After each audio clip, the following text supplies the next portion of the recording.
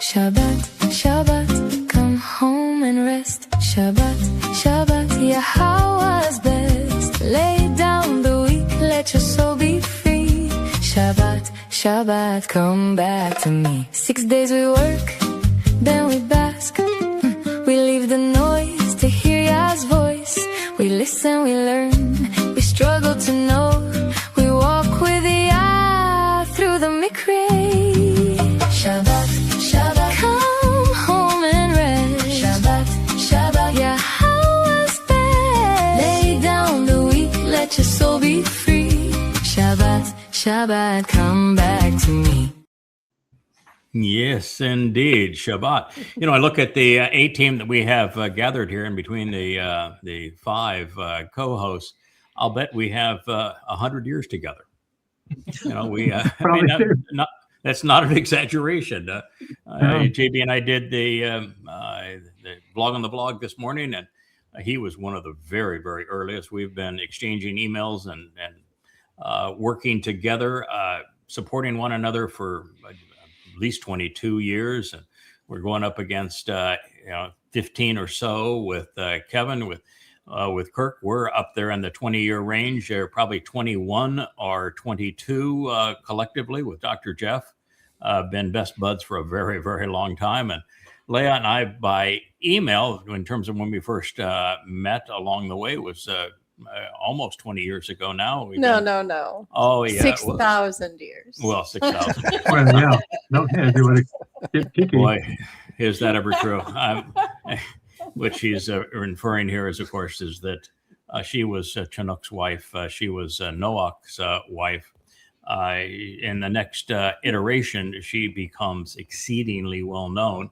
Her name is Yochebed, which means she's significant to Yahweh. She is the Amma in the story surrounding Moshe's not only birth, but Moshe's upbringing. I've just finished the translation of what I think is the 6 most riveting moments in the Torah. The whole story of Noach and his introduction to us. It is so much different than what anyone has ever perceived before. It's a beautiful story. And I'm now finally translating Ruth. After 25 years, I'm getting to the very heart of the story. Just finished the first verse of Ruth just moments ago. So I can't wait to tell. I think it's the single most important story in the Torah. Prophets and Psalms, it is the ultimate love story. It is the covenant. And to not have an appreciation for Ruth and Boaz, her husband, everything dissolves. There's no doubt. There's no Messiah. There's no Son of God. There's no Savior. There's no kinsman redeemer. There's no covenant. There's no return. Yahweh is unknown. That's the central cast. They're the most deployed people by Yahweh. You'd have to say that Boaz and Ruth are Yahweh's power couple. It's pretty embarrassing that that's the best he could do. But nonetheless, anytime that the going gets tough, he seems to put us into to play. It's going to be some marvelous stories as we go forth and we talk about Ruth. Gentlemen, and lady, I think we do need to talk about where we are today, because this is the most extraordinary time in human history. Particularly pursuant to God's relationship with humankind and with his people. Israel has, over the last 2 years, committed suicide. They got played by Hamas to destroy Gaza, and were actually played into doing so.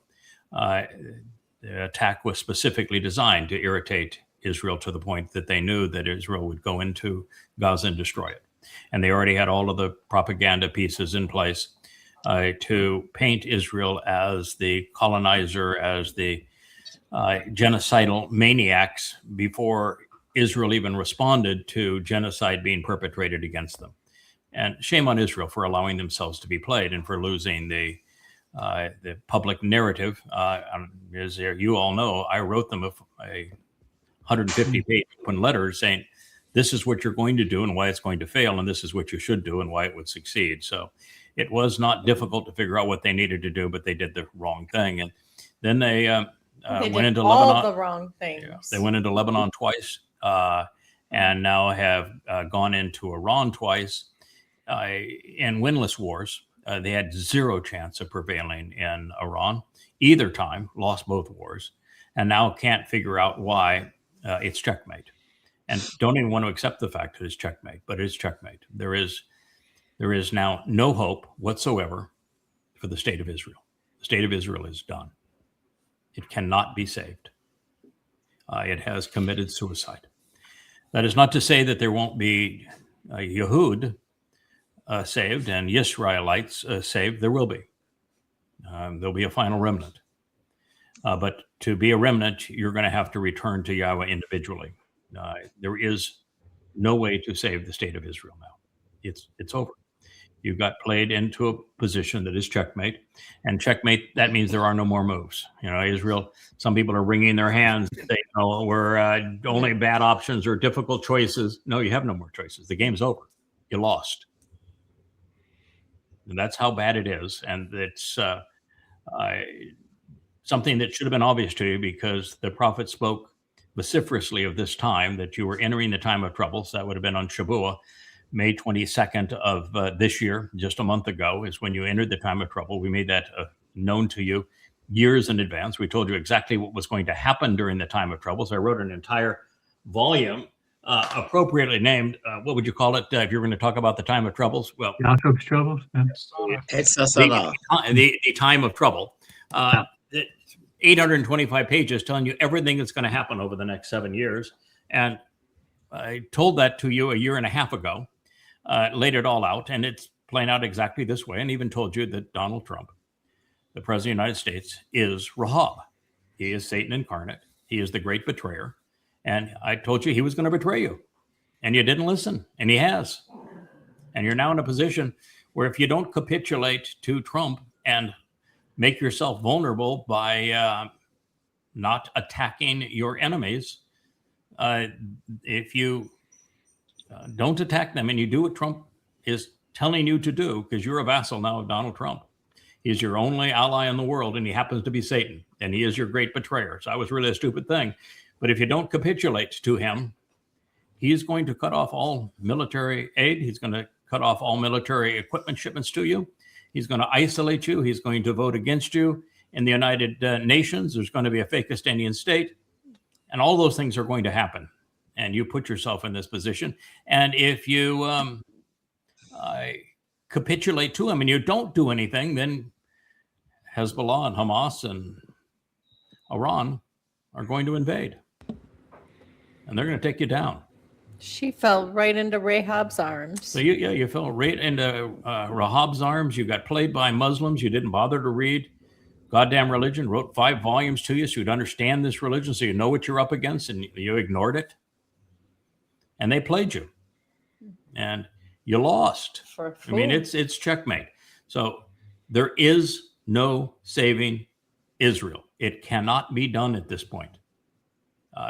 Israelis have been stubborn for a long time. You've been arrogant for a long time. You pretended that you could outthink and outsmart everybody, and it's been just nothing but a series of disasters from the Exodus to now. And now it's over. You pushed one too many times. Yahweh's going to return, but he's only going to return to those who return to him. And it's not going to be to a nation this time. So you need to know that's where you are. And we're here for you. And for those that want to return to Yahweh, you can go to yahowah.com. It's the most comprehensive presentation, reintroducing to Yahweh's name, the name that you erased from your name. You even renamed yourself Jews so that you would have no attachment to Yahweh. No attachment to your history when you name yourself Jews. There's no such thing as a Jew. You are Yehud, which is a compound of Yahweh's name and Dod's name. And you need to go back to being Yehud. And if you don't go back to being Yehud, you will join your country. Just as there is no hope for the salvation of Israel at this point. And I'm not being over dramatic. I know what the prophets have said, and I know what you have done, and I know the position that you're in the world. You put yourself in a vassal situation with Satan. It's over. So all you can do now is individually turn to Yahowah. And if you don't do that, if you don't reject Judaism entirely, inject Israeli politics entirely, you can't even make the first step to Yahowah until you reject all association with Judaism and Israeli politics. And then you're free to learn about him, who he is, what he's offering, what he expects in return. And the only place you're going to do that is at yadayah.com. Yada to know Yah.com is the only place. Every book is free. Every vlog is free. The timeline is free. You can engage in communication with other covenant members for free. We don't have any way for you to even make a donation. Wouldn't take your money. We don't want anything from you. We're offering everything to you. The same way that Yahowah did. It was all free. All three of you gentlemen, four, including Kevin, since you are the co-host supreme of the vlog on the vlog, have been with me these last 3 days as we have gone over the 14-point memorandum and delineated exactly what it means and where Israel is. Is there any wiggle room at all, or do you all concur this is where we are? This is where we are. This is exactly where we are. Yeah. May I say something, Craig? Absolutely. Yeah. These sobering days, a month into Hasatan, I have a word I'd like to share with the brethren, especially those in Israel who have an ear to listen, eye to see, and a brain to cerebrate. You have been stiff-necked, recalcitrant, obstinate, insolent, arrogant, impetuous since the time of the Exodus. You have become sophomoric, but really what that word means is you're the smartest morons in the world. As a result, it is time, as we've iterated, to come to know Yah. Come to know your Elohim, God Almighty, who has a name. His name is Yahowah, the most important, significant name in the universe. There's only one way and conduit to achieve salvation, to thrive, and to end up in a place where your children can thrive and grow. And that conduit is to know who the Kol is, the voice of Yah. And at this point in time, his name is Craig Wynn. He's also known as a Choder and a Nakri. But what's important to know is that for the past quarter century, he has been the voice of Yahowah. And the only arrow left in the quiver, as has just been stated, for those who want to become covenant and know Yah, is to yada Yah. Okay? Yada is to know. Yada happens also to be a moniker for Craig, who's also the Choda and the Nakri. Yadayah.com is the way to achieve salvation. And there It's is the way no other home. way. That is the It's only the way way home. home. So when we say yada Yahweh, you have to yada yada to yada Yahowah. In simple terms, it's all there for you, and it's for free, and it's done. You've put yourself into the situation. This is a culmination of over 3,400 years of insolence, and you are checkmated. You are. Dr. You are Jeff, that's an checkmated. excellent summation for your people. It's important to everyone to know that's listening and that this is shared. I'm not the chosen one. I know who is. I'm not the Messiah. I know who is. I am not the firstborn son of God, but I know who is. Oh, can I say it? I am not your savior, but I know who is. I am not the Gadol Mayor, but I am the Katan Mayor. The most important prophecy in your Torah is of the Gadol and the Katan Mayor. And Israel, you do not know who they are. I do. One of the most important prophecies in the Torah is of the Nakar. Mosheh presented it in Devarim.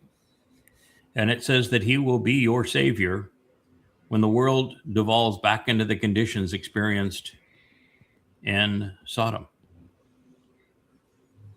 And that you need to listen to him. And that his name, a title, was brought up again by Solomon on the commencement address of the Home for Yahweh's Name. And it says, you need to listen to what he has to say. You need to do what he asks of you. And that he is that voice coming from the sky. There are very few prophecies that are like the one that's found in Yeshayah, Isaiah 11, about the Choder. He's the only person ever to have the seven spirits of Yahweh. His time is now.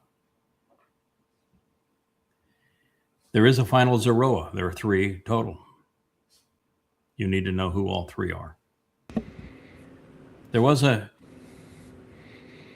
series of prophecies where God systematically delineated how he would restore his name, his son's reputation, and an understanding of the Bereth covenant and the Moedim, the appointments of the restoring witnesses. And he told you exactly how he was going to make all of this known to you again after millennia of you rejecting him, after millennia of him being divorced from you. And that same individual, listed as the Nakar, observant foreigner, the Choder, the branch from the main tree, the Etz Dayat, the tree of knowledge. He is the one. He is the Bashar, the herald. He is the cold voice. There are upwards of 1,000 prophecies pertaining to him. Your rabbis know this. They don't want to mention it because they have no answer for it. There is no prophecy about a returning Messiah. And yet that's what they clamor for. But there are 1,000 prophecies about the role that I am playing on your behalf. And Dr. Jeff didn't bring this up for my benefit. It isn't for my benefit. It's exceedingly difficult work. It's work that receives no accolades. It is work that, like Mosheh and what he did, you spit at him. You abused him. It is work that needs to be done, and unfortunately, there wasn't a single Yehud on the planet willing to do it. I got the job every time that I was given this job by default. There was no one else that was willing to do this job. But I'm going to do this job to the very end. You're going to see me again on Passover in 2030. I'm going to be standing beside Elia, a man that you do not know, but should. And we're going to herald the return of the firstborn Son of God, your King, your Savior, Dowd. And if you look at if you have the wherewithal and recognize that what we're telling you is true, Israel's done. It's checkmate. You were played for fools. And there's only now redemption and salvation for those who are harvested on Shabbat and Teruah, and that mortal remnant that enters the garden again in your 6,000 Yah, which is 2033, with the great day of Yahweh being Teruah, 23rd, 24 September of 2033. Maimonides lied to you on the dating. And until you come to appreciate those things, you're going to be on the outside looking in. Now, he did not, again, tell you these things for my benefit. I gain nothing from them. My situation with Yahowah is long resolved, as is Leah's here, as is every member of this covenant family. We're only doing this for you. When Yahowah asked me to expose and condemn Islam in what is now the 5 volumes of goddamn religion, 5 825-page volumes that explain everything you could possibly need to know about that enemy of Islam. Made it all available to you. Then I wrote 5 volumes to disprove Christianity, because Christianity has been worse towards you than any other religion over the period of time. It's the basis of anti-Semitism that you're suffering from today. But by writing those books, I've received many thousands of death threats. I've had guns put to my temple time and time again. I've never flinched. I'm doing this for you. But I have skin in the game. And it's important that you know that the role that I play as one of those 2 luminaries is I'm slaughtered. I give my life for you, just as Dode was willing to be crucified on Passover in 33 CE as the Passover lamb, sacrificing his Bashar body, and then his Nefesh soul carrying your guilt into Sheol so that you could appear before God. The sacrifice of what you think is a red heifer is the Adamah Parah, and I'm it. And I'll be bludgeoned to death on the Temple Mount, on Teruah, just my body, so it's not a big deal. Although it'll be a major celebration. Yahowah is releasing the cleansing waters from the Temple Mount, and he is igniting the flames. It'll be an eternal flame. Every enemy of Israel, all religious, political, conspiratorial enemies will be incinerated, and the whole earth is going to be returned to the conditions of Eden. It's going to be an extraordinary day. But if you think you're going to wait to find out whether or not you should listen, at that date, you're already going to be on the wrong side of things. And so I'm here to tell you, I'm laying down my life for you, whether you benefit or not. And that the person who actually gets to kill me on that day is the man that you announced as the second coming of Cyrus, that you have viewed as your Messiah, the one that just betrayed you, the one that I knew was going to betray you years and years ago and told you so. No. When he says, this is who I am, and that you go to yada.com and you'll find that I've written 38 books on these topics. I've done things no one else has ever done. Proven Islam is false, proven Christianity is false, proven Judaism is false, and proven that Yahowah is the God of the Torah and that he is the creator God of the universe. No one's ever done those things before. And that Dode is Kabod. Yeah, reintroduced his name to you, reintroduced his son's reputation to you, explained the covenant to you, detailed the Moedim for you. The terms and conditions. Yeah, this is 25 years. It's a quarter century. 12 hours a day, 7 days a week. Over 100,000 hours. 30,000 pages of detailed translations and explanations. Tens of thousands of unheralded insights. It's a lifetime commitment, and it's ongoing. And what a beautiful life. It is a beautiful life. So there is a lot to offer here, and you can be as belligerent as you were to Mosheh. You can be as belligerent as you have been to Dode. You can be as belligerent as you have consistently been to Yahowah. To me, that's your choice. But I'm here to tell you, if you treat what I'm telling you the same way you've treated what Yahowah told you, what Mosheh told you, what Dode told you, and if you're as belligerent as you have been to them, to me, you're just done, because I'm your last hope. They gave up on you. All of them gave up on you. And so I'm here as your last hope. And I'm not asking anything from you. So, get that out of your head. I know you're used to rabbis having their hand in your pocket. I want nothing from you. I will accept nothing from you. This is all about you. What you choose to do and whether you're going to continue the same insanity that you've been on for 3,500 years. Whatever they choose, I would suggest they do it quickly. Yeah. Yeah, you need to do it quickly because Israel is done. There will be a remnant left, but in short order, the Iranians flush with money and weapons, they're not going to nuke Israel. They never wanted to nuke Israel. They want to take Israel.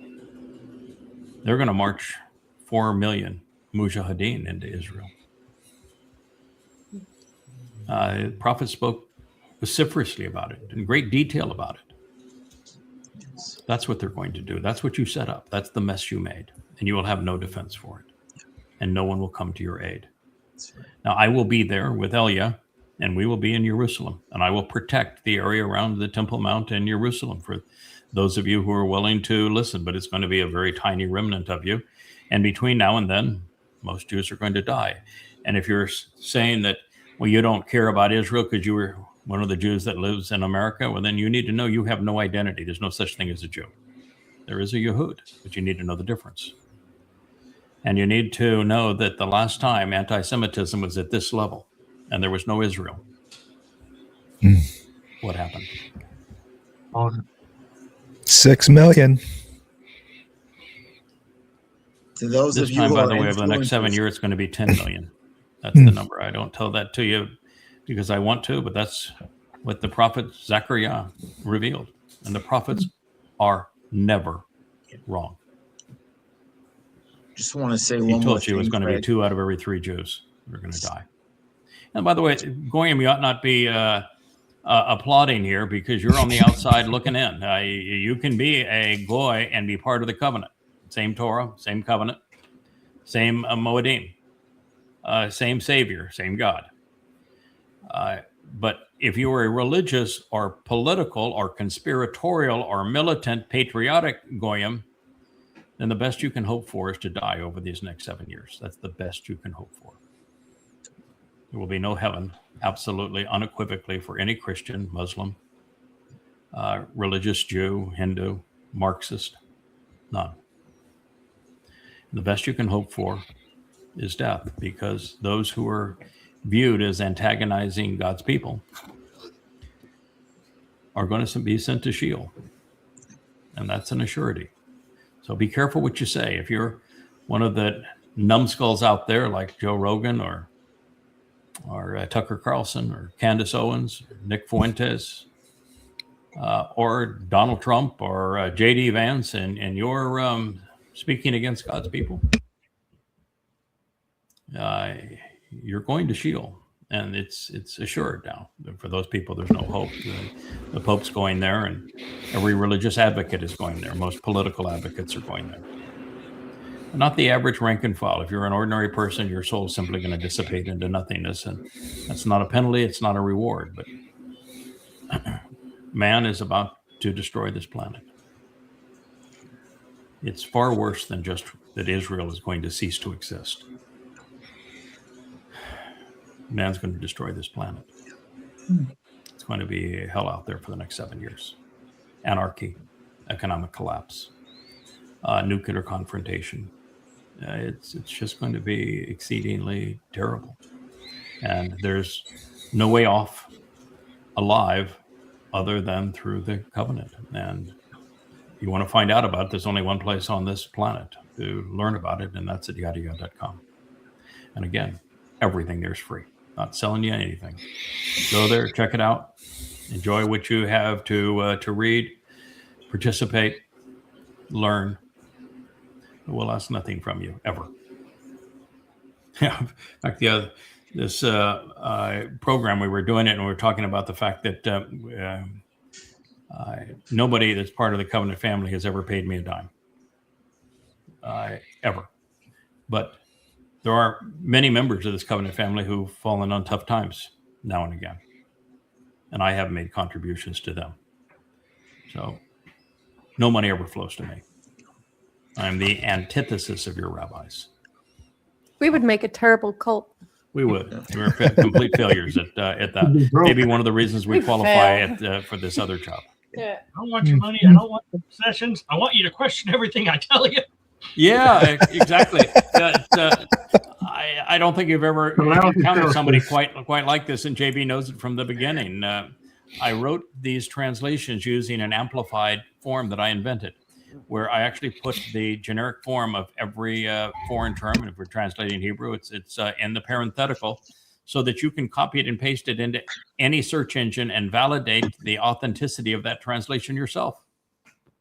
No one's ever been willing to do that, to put themselves right on the line. And if my translation is, which it typically is, hugely different than the religious translations, I'll explain why. And you're free to agree, to challenge it. But thus far, I've been doing this now for 25 years. No one has ever found a fault with anything that I've said. And for the last 25 years, I've made, yay, how many times have you checked? Kirk, all night long for 15 years on the Shattered Miss show. Yeah, years, a decade. Yeah, a decade, every day, multiple times a day for a decade.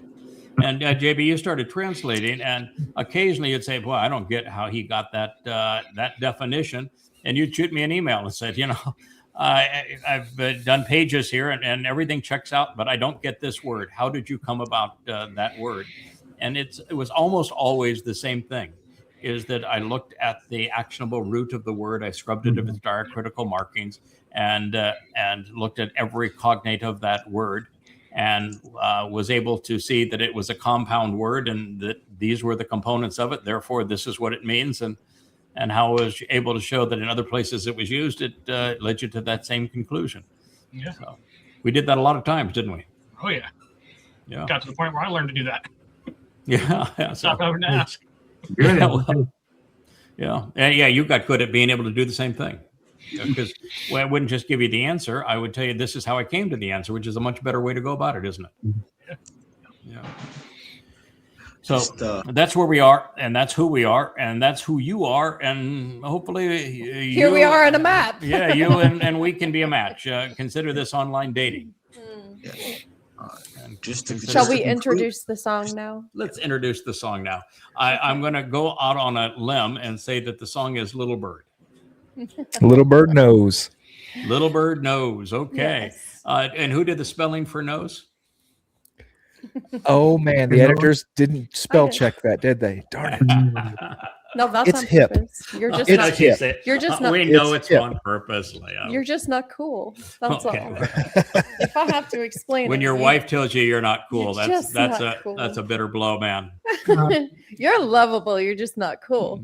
Okay, so the song came from the idea that Yahowah had spoken to Israel, I think to the point of exhaustion, and said, if only you had been like a under my wing, as he is a bird. He described himself, if you were only to come in out of the shelter of this, under my wing. And that is pretty much the premise of that bird. And very few birds will fly home. Yeah, but for those that do, this song is for them. There are three birds in God's story. Yes, there One are. divine. Yahowah often pictures himself as a bird because he wants to have chicks under his wing that he can raise and protect. But then there are two human birds, both women, one very, very good and one very, very bad. And so God uses metaphors like this throughout. So we'll see how this one plays out. Our last program was probably the most fun we've ever done. It was a song fest. And I don't know how many songs we presented, but it was 2 hours of songs. And I noticed that we only covered about a quarter of the songs that are even in the current group. So we could do another song fest, but that was a lot of fun. And JB, I know you got to you were on the road, so you got to listen to the whole show as a song fest as you were driving. Yeah, Nice pretty way to much. pass the time. Yeah, and we had Dr. Jeff as the invisible man behind the song fest. It was great fun. Well, good news. I wrote 4 songs this week. Yep. Leah told me that she was taking the summer off on writing songs. Then she told me later that the next day that she had written 4 songs this week. No, no, one came before the other. Oh, okay. So let's play Little Bird.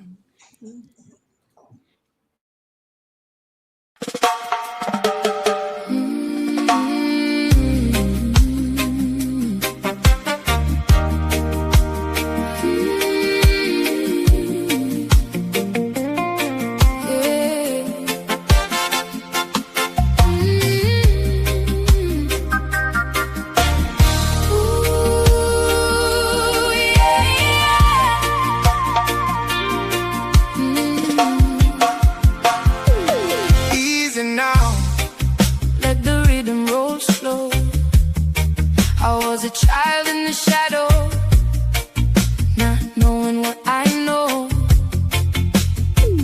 Benny Israel, oh, we was carried like seed through the fire and the famine, through the drought and the need. But Yahowah kept the covenant as a light at my feet in the night, like a lily in the valley.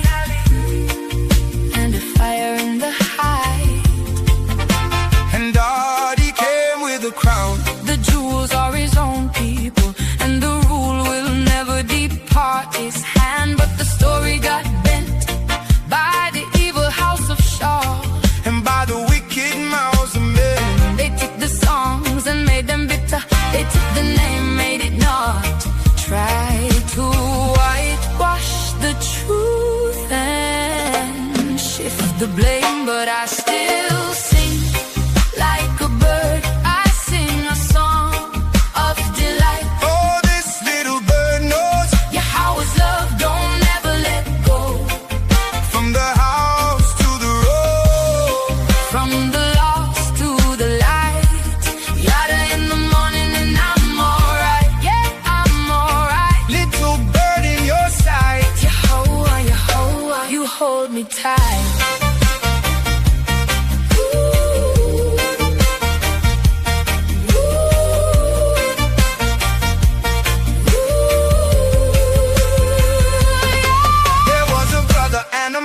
And a promise that stood, a kingsman redeemer in the neighborhood. She knew the name, she walked the path, she carried the family through the aftermath. They tried to write her out, but the clay still sings. Her boldness was the root of kings. If you know, then you know, and if you hear, then stay. The remnant gets found in the outer way. Soft breeze, palm trees under the moonlight. Yahowah, keep the orphans and widows held inside. No more wandering, no more pain. Call on the name, and we live again. But I still sing, oh, I still know Yahowah's love don't never let go. From the dust to the dawn, from the lost to the right. Yada in the morning, I'm alright. yeah, I'm alright. Held in your sight. Yahowah, Yahowah, bring the light.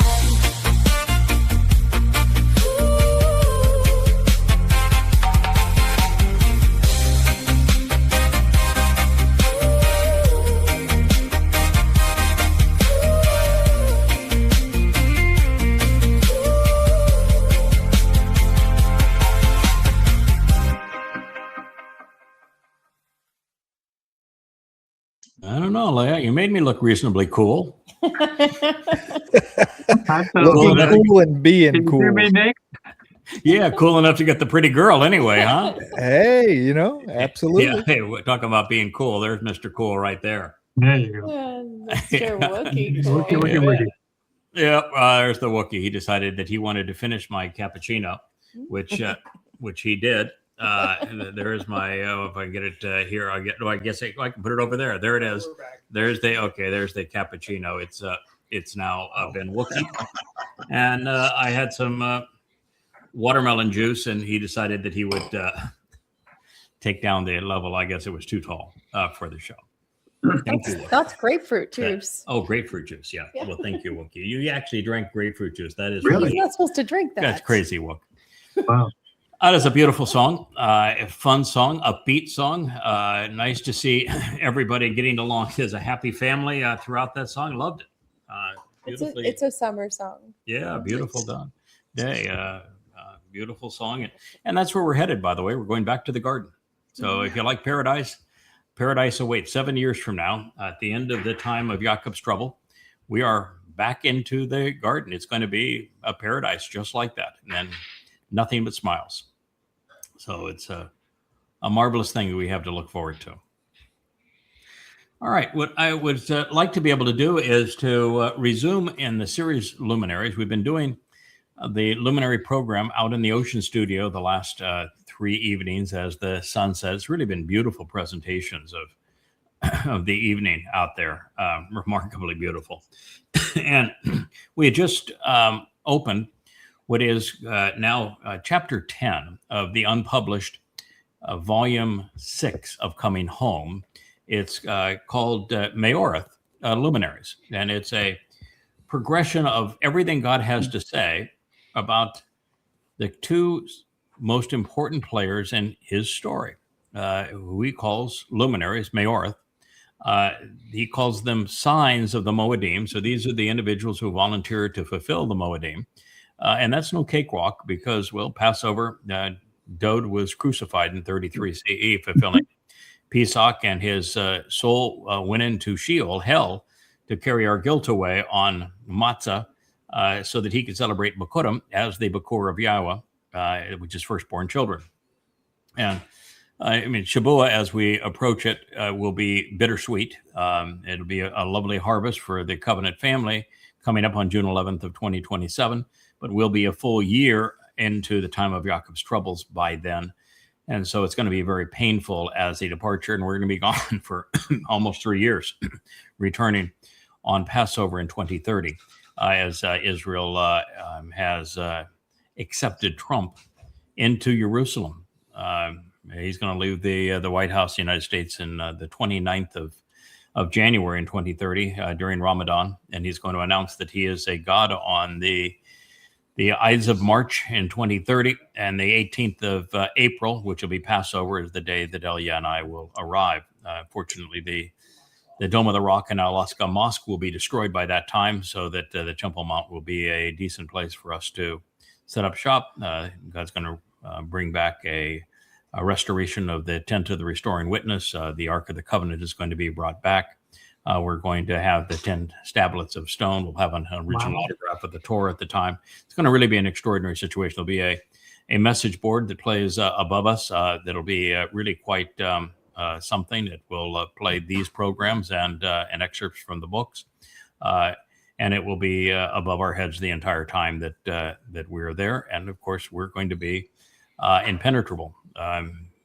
Everyone's going to do everything they can to take us out, kill us, and silence us. But that's just not going to be possible. So you get 3.5 years of an earful of what we have to say. I would strongly recommend listening now. It'll be a lot easier than listening then. So we're going to continue with Luminaries, and feel free to chime in as we go along, please. And the chapter 10 of this story is called Itsabown. Itsabown is not a word that most people are familiar with, but it means laborious. And if I were to say laborious, you would probably think that's a pejorative, wouldn't you? Oh, God, work. I got to go to work. Thank God it's what, TGIF. I got the weekend. People have a view of work as if work is a bad thing. But if you view work as a bad thing, you're in real trouble. It's one of the real issues right now of the entitlement generation, where people think that they're entitled to their education, they're entitled to health care, they're entitled to a living wage, they're entitled to everything. They just don't want to work for anything. And you have no value if you don't work. And we're also entering a period where the purpose of AI is to replace virtually all employees. Robots with AI are going to make things, harvest fields, plant fields, work in the factories, work in distribution centers, work in offices, do accounting, do lawyering work. The AIs are going to replace humans. There'll be no humans to work. And if you lose the ability to work and make a contribution, you've lost your humanity. The only thing left would be the willingness and ability to think using your Nesama conscience, and the AI will usurp that too. You're going to lose both aspects of being human. It's catastrophic what's coming in that regard. Yahowah is very explicit on something that no one seems to get, and that's work. In Judaism, they've turned the Shabbat into do-nothing day, and they made it the most laborious day of the week in the sense of all the ways you have to go about making certain that you do nothing. But Shabbat is a verb in Hebrew. Verbs are actionable. Shabbat is a day to refrain from your normal job, which you should do 6 days a week, so that you can celebrate your relationship with Yahowah. That's the purpose of the Shabbat. And when you understand what God's going to say is the consequence of Adam, the first man, God's firstborn, and Chawah, the first woman created in man's image, with a Nesama, for disregarding God's instructions, these are not penalties. These are consequences. And the consequence is that work's going to be more difficult than it would have been otherwise. But work is the thing that was necessary in Eden that Dod didn't do. Dod is Adam, but Adam did not do. He didn't contribute anything. God, before he even conceives man, says that he was going to conceive man to work in the garden, Abad. And then when he does conceive man, the first thing he says is, we're going to work together. We're going to work to make this garden better, work at the relationship. But yet, man did nothing. He was lethargic. He was apathetic. He had an entitlement attitude, and it didn't work. And God was therefore disappointed. And he knew that the only chance he had of Adam growing up, manning up, making a contribution and not being a dependent was to kick him out of the house and put him in a position where he would have to work to survive. And then he would learn the value of life and death. Then he would learn the value of work and know that if you don't work, what happens to you? And if you starve. And if you do work, you make a contribution to your family, to yourself, to your community. And so God celebrates work. And it is work that was the cause of the fall. Wasn't eating an apple. It was a lack of work. A lack of... Craig, might I say, on the other side of the coin, the most significant and important Mizmor ever penned, Mizmor 89. Yes. He refers to his firstborn, his son, his firstborn son, Dod, as his co-worker. He uses the word abad. And he also refers to... Four times he refers to Dod as the one that I worked with. My co-worker. And a related word which comes up, which is important, is Obed. Yes. Which is a related term. So it's we've heard the term a labor of love. It's you should love to labor. Yeah, we're introduced to Obed Edom when Dod is in his departure mode from Yahowah.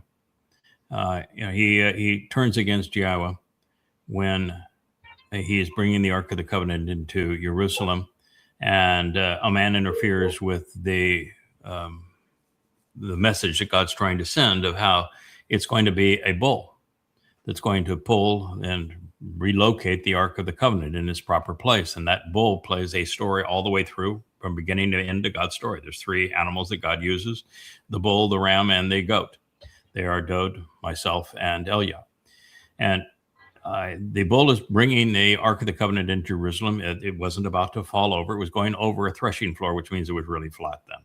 But somebody wanted to show off and interfere, and God said, you're going to interfere with something that's an essential part of my message. You're dead. Goodbye. God doesn't fool around with this kind of stuff. And Dode had a conniption fit. And so God says, all right, well, I'm going to teach my son a lesson. I'm going to turn the ark over to a fellow named Obed-Edom. And if you were to get right to the root of Obed-Edom, Obed is from Ebed, written exactly the same way as Ebed. It's not just from it, it is Ebed, which means works. And Edom is written the same way as Adam. And so Obed-Edom means worked for Adam, worked for man. And that same man that we're told comes out of the wine press to relocate the Ark of the Covenant on Dode's behalf for Dode and Jerusalem. He is presented by the prophet Yahowah as the man from Edom who comes out of that same wine vat, who is dressed in red, who is the Adam Parah. And he is the one that Yahowah says saves many. It's the same individual. You had a point, Kirk? Yeah, I was talking to Sylvia the other day, about a week ago. I was thinking about the garden story, and there was something about it that I had not seen before, and I may be incorrect, but y'all correct me if I'm wrong. Satan seduces her, Chawah. Chawah seduces him. But then he does something really, really strange, and I hadn't thought about it till I really examined it. When they find, and I'm not knocking our king, gosh, forgive me if I am, but he's sitting in there, he's not just eating the fruit, he's destroying the tree of knowledge. That's you. He's fighting against the two people who are the whole story here to me. I mean, obviously there's Leah and Mom is Emma. But my God, he had to get him out of that garden. Yeah. The instruction was, do not make a habit of eating from the tree of knowledge, because it was premature. There was nothing in the tree of knowledge would have done either one of the two of them any good, because the tree of knowledge of good and evil, they already knew Yahweh, and their life was all good. And so all they were going to pick up is the knowledge of that which is wrong. And while the knowledge of which is wrong has now become essential, because you've got to clear the path to God of all of the corruptions that are religious corruptions. So now it is essential. It was premature for that time. And because it was written in the imperfect conjugation, the instruction from God was, don't make a habit from eating in it. And Adam didn't just take a bite. He devoured it. He hung out. He was in the midst of the tree. He was in the tree, devouring as much of it as he could eat. He had the fruit of that tree all over his face when Yahweh says, why are you there? Why did you run? Why are you concerned that you are naked? Who told you that you were naked? It was, he was sitting there in the tree. It was a travesty. He was doubling down. And all he had to do at that point was to set the fruit down. And after a bite, and he said, wait a minute. Yahweh said, don't make a habit of eating from this tree. And all would have been fine. They would have continued on in the garden. But they didn't listen. And to have a relationship with Yahweh, you have to listen to him. That's the travesty of the New Testament, the travesty of the Talmud, travesty of the Quran, is that they are written over Yahweh's testimony, and so no one actually listens to Yahweh anymore. But you have to listen to Yahweh. You have to respond to what he has to say. And to do that intelligently, you have to think about it. You have to process the information he's conveyed to you. And that ultimately, you need to do what Noach did. Noach and his family were saved, not just because they were isolated from everybody else, not just because they went and built the Tebah. It's because they did as Yahweh had asked, and they worked at it. And that's what they didn't do in the garden. So we're going to find out just how important it is to Yahweh that we work. That's why it's Itsabown, labor. So for this to be a new beginning, and that was the intent. God did not kick man and woman out of the garden to be punitive. And he did not kick them out for a single violation of eating the fruit of the tree of knowledge. He made the determination that they were going to be expelled from the garden before he even created Chawah. So we can't blame Chawah for man's fall.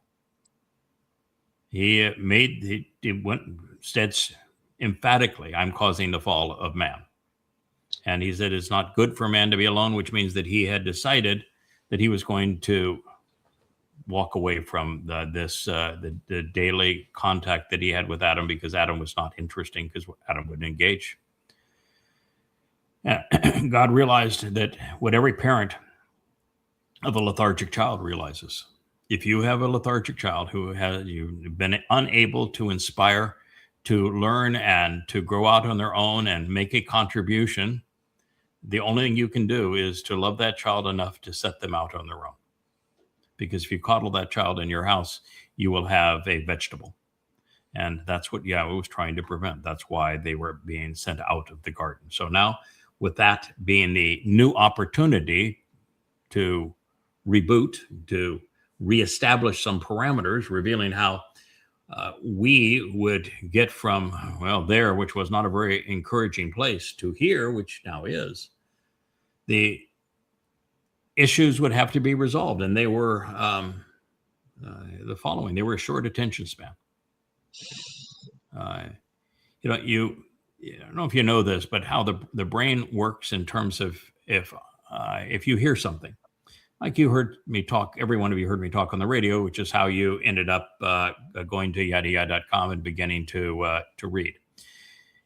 If you hear me say something, unless it is so dramatic that it just say, whoa, did I hear him say that? It happens a lot. Yeah, which does, by the way, happen a lot. And it just so shakes you to your core that you're going to remember it. But if it's just something in passing, it doesn't shake you to your core, you're going to forget it unless you do something to transfer that short-term memory into long-term memory. And the best way to do that is to engage on multiple levels with what you're doing. So if you go to you hear it, you go to the website to read it, and then you go out to verify whether or not it's true, and then you think about it, and then you try to apply it to your life. By that point, you own it. You've made that transition from short-term to long-term memory.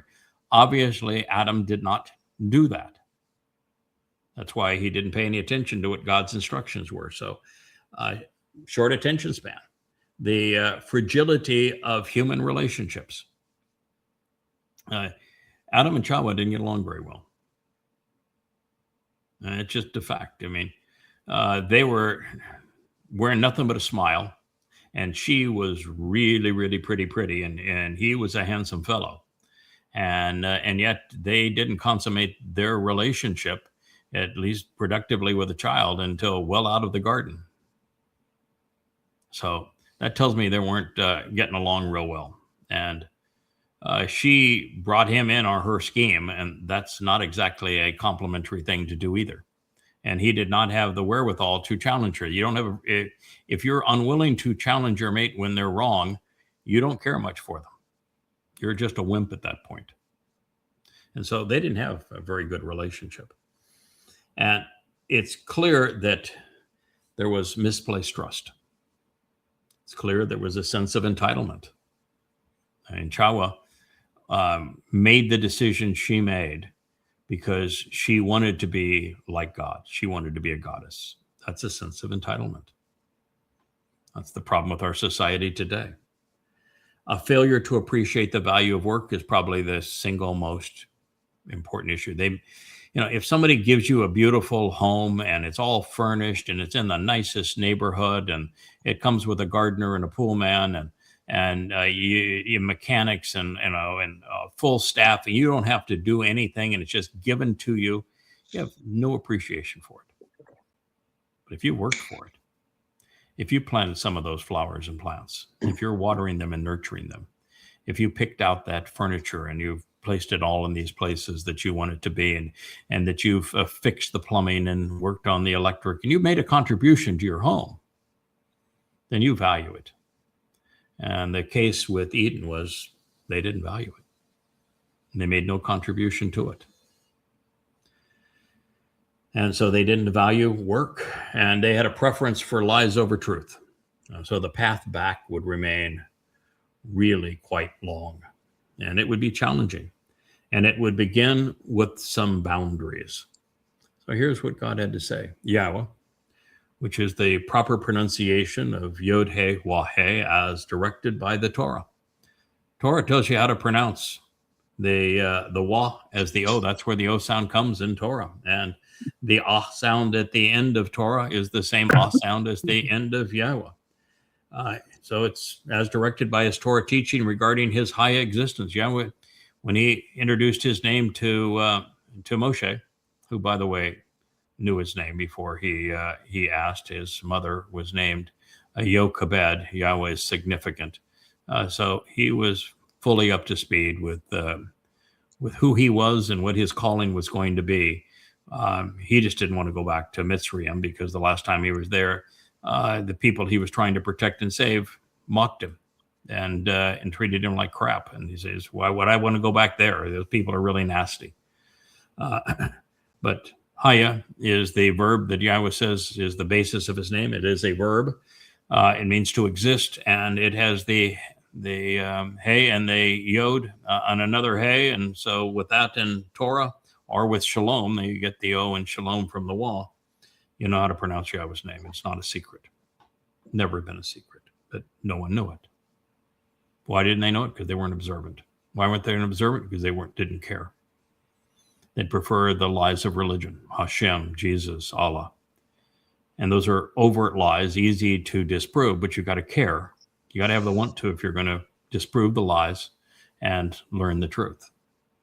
It's Yahowah. And I don't give a crap what you want to believe, that something else or that there's a different way to pronounce it. No, it is Yahowah. I prove it conclusively, undeniably, and overwhelmingly in volume 1 of An Introduction to God. It's Yahowah. So Yahowah, as God, he said with ongoing consequences, Amar, written in the imperfect, to the Nachash, the spellbinding serpent, as a consequence of you having acted this way. Accursed you are, such that you will invoke and become the embodiment of embitterment and debasement and of injury. So when you read that the children of Israel were embittered during the entire Exodus, who had their ear? Hasatan. Yeah, Hasatan. You're going to be harmful. You're the personification of misfortune and affliction and retribution.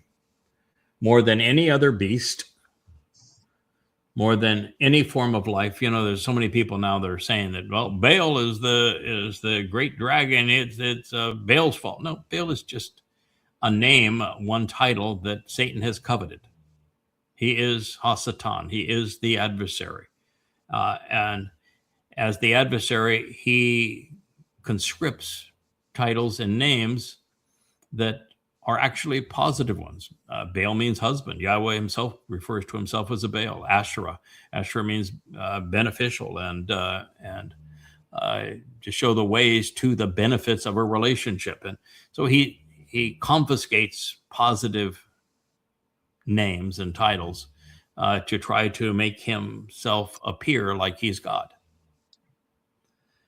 More than any other life form of the open environs, the Sedeh, on your belly, you shall move about, and ash and dirt you shall eat all the days of your lives. He is an eternal being. God cannot end his life. That's the reason that Sheol exists, to incarcerate him. And what is it that mortal men are made of? Ash and dirt. Dust. That's what he's going to devour. He's going to devour man. And he's going to be that serpentine creature that slithers about in this process. This is Bereshith in the beginning, Genesis 3:14. So for there to be justice, there must be consequence. Boy, is Israel ever learning that now with its ill-fated war against Iran, as well as its destruction of Gaza. For there to be justice, there must be consequence, as well as recompense. For a judge to be moral, he must hold those who act inappropriately accountable. While he was programmed to do as he did, Satan nevertheless used misrepresentations and errant citations, a straw man argument, and the guise of intellectual superiority to push all of Chawah's buttons, giving her the justification she sought to write herself into the story. She wanted to be a goddess, just as Satan wants to be a god, co-opting the knowledge of the tree she coveted. It devoured her relationship with her man. It robbed them of their home, and it garnered a rebuke from God. Cause and consequence. Satan's sentence, however, was not death, as you have just heard. Spirits, unlike souls, are immortal. Even God cannot kill them. Satan will be incarcerated during the fulfillment of Chag Sukkah in year 6000 Yah, and he will remain in Sheol forever.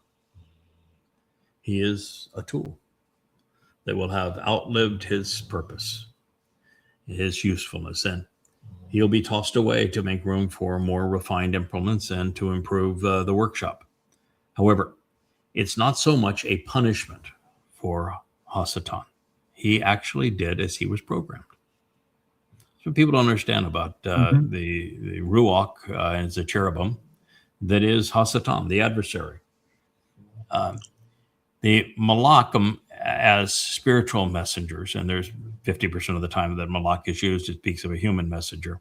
But of the times it refers to the Shabbat, the heavenly host, the spiritual messengers, they are created as a command and control regimen to do as God asks. They are programmed to do what God wants done. They're timeless beings, so it doesn't matter how long the job is. Time simply exists for them. And they do what God wants. And I'm here to tell you that Hasatan didn't go rogue. He didn't violate his program. He didn't even have the capacity to do that.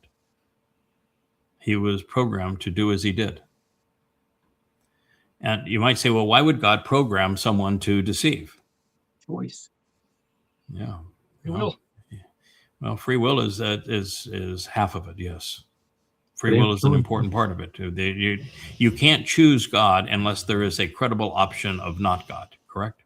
Mm-hmm. So, yeah, that is, so free will only works if there's a genuine choice, and the way to create a genuine choice is to program a believable alternative.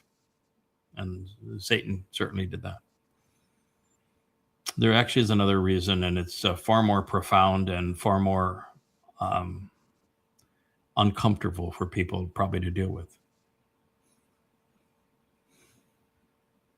The actual reason is that God doesn't like people very much. I know it sounds No, sad, it doesn't. but it's true. This book. Yeah, it's he doesn't like people very much. Yeah, He regrets creating humanity. Yeah.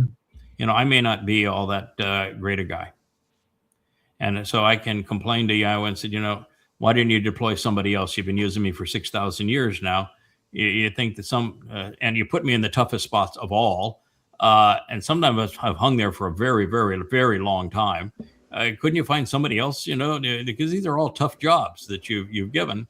There's only one time where it's fun from beginning to end and just joyful. And that's as Boaz and Ruth in that story. But you know, the answer is because there was nobody else.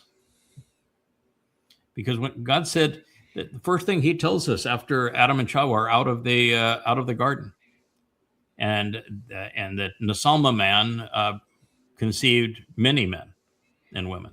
He says, I regret creating them. When they became many, I regretted creating them. It's just a fact of humanity that while it's rare, a man or a woman can be positive can respond to God, can listen to him, can engage with him, can earn God's trust and develop a relationship. Can be good. But collectively, we're always bad, all the time, without exception. And so many men are always bad. So Satan was programmed to make certain there wouldn't be many of us in Shamayim. Because when there's a lot of us, we're really rotten to the core. We're terrible. A dummy magnet. Yes. So he was a dummy magnet. He was an evil magnet. He had to pull people away from the covenant, pull people away from the Moedim, pull people away from Yahowah. Had to create this false gods, false god of Jesus Christ, false god of Allah, false god of Hashem. His purpose is to create the religious god that draw people away from Yahowah, because Yahowah does not want to spend an eternity with a lot of us, because he knows we can't be trusted. And that's the bottom line. And you know, when I ask Yahowah, so, you know, why deploy the same people over and over again to rid the world of these problems? And the answer is because there's just no other alternative. That's why. There's not that many people to redeploy.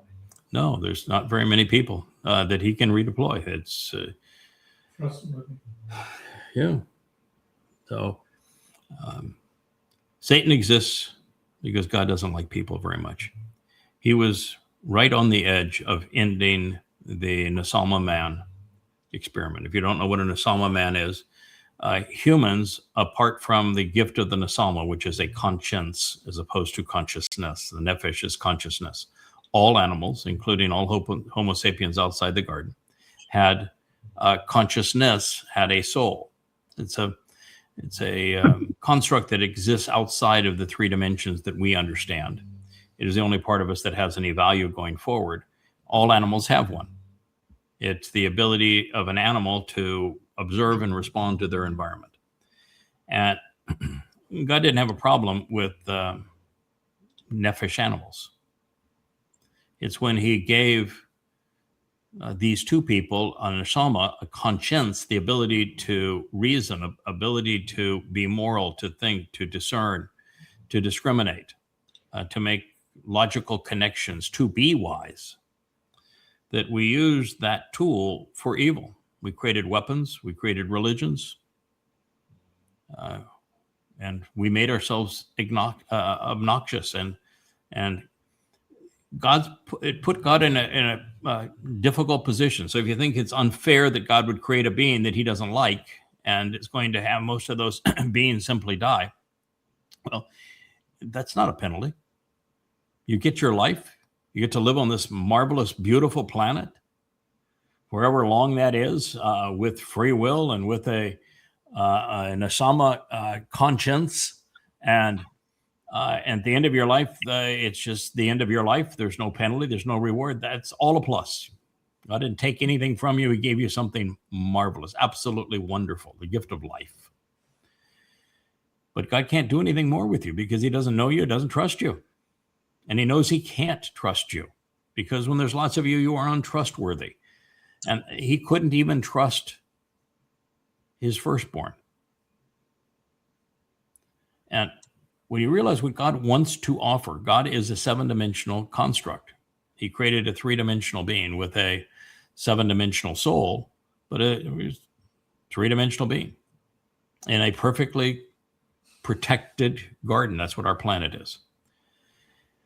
And what he's offering, the only way we can be of interest to him ultimately is so that we can be empowered so that we're also seven dimensions, so we can go explore the universe. But to make us seven dimensions, we are able to think or speak the material world into submission.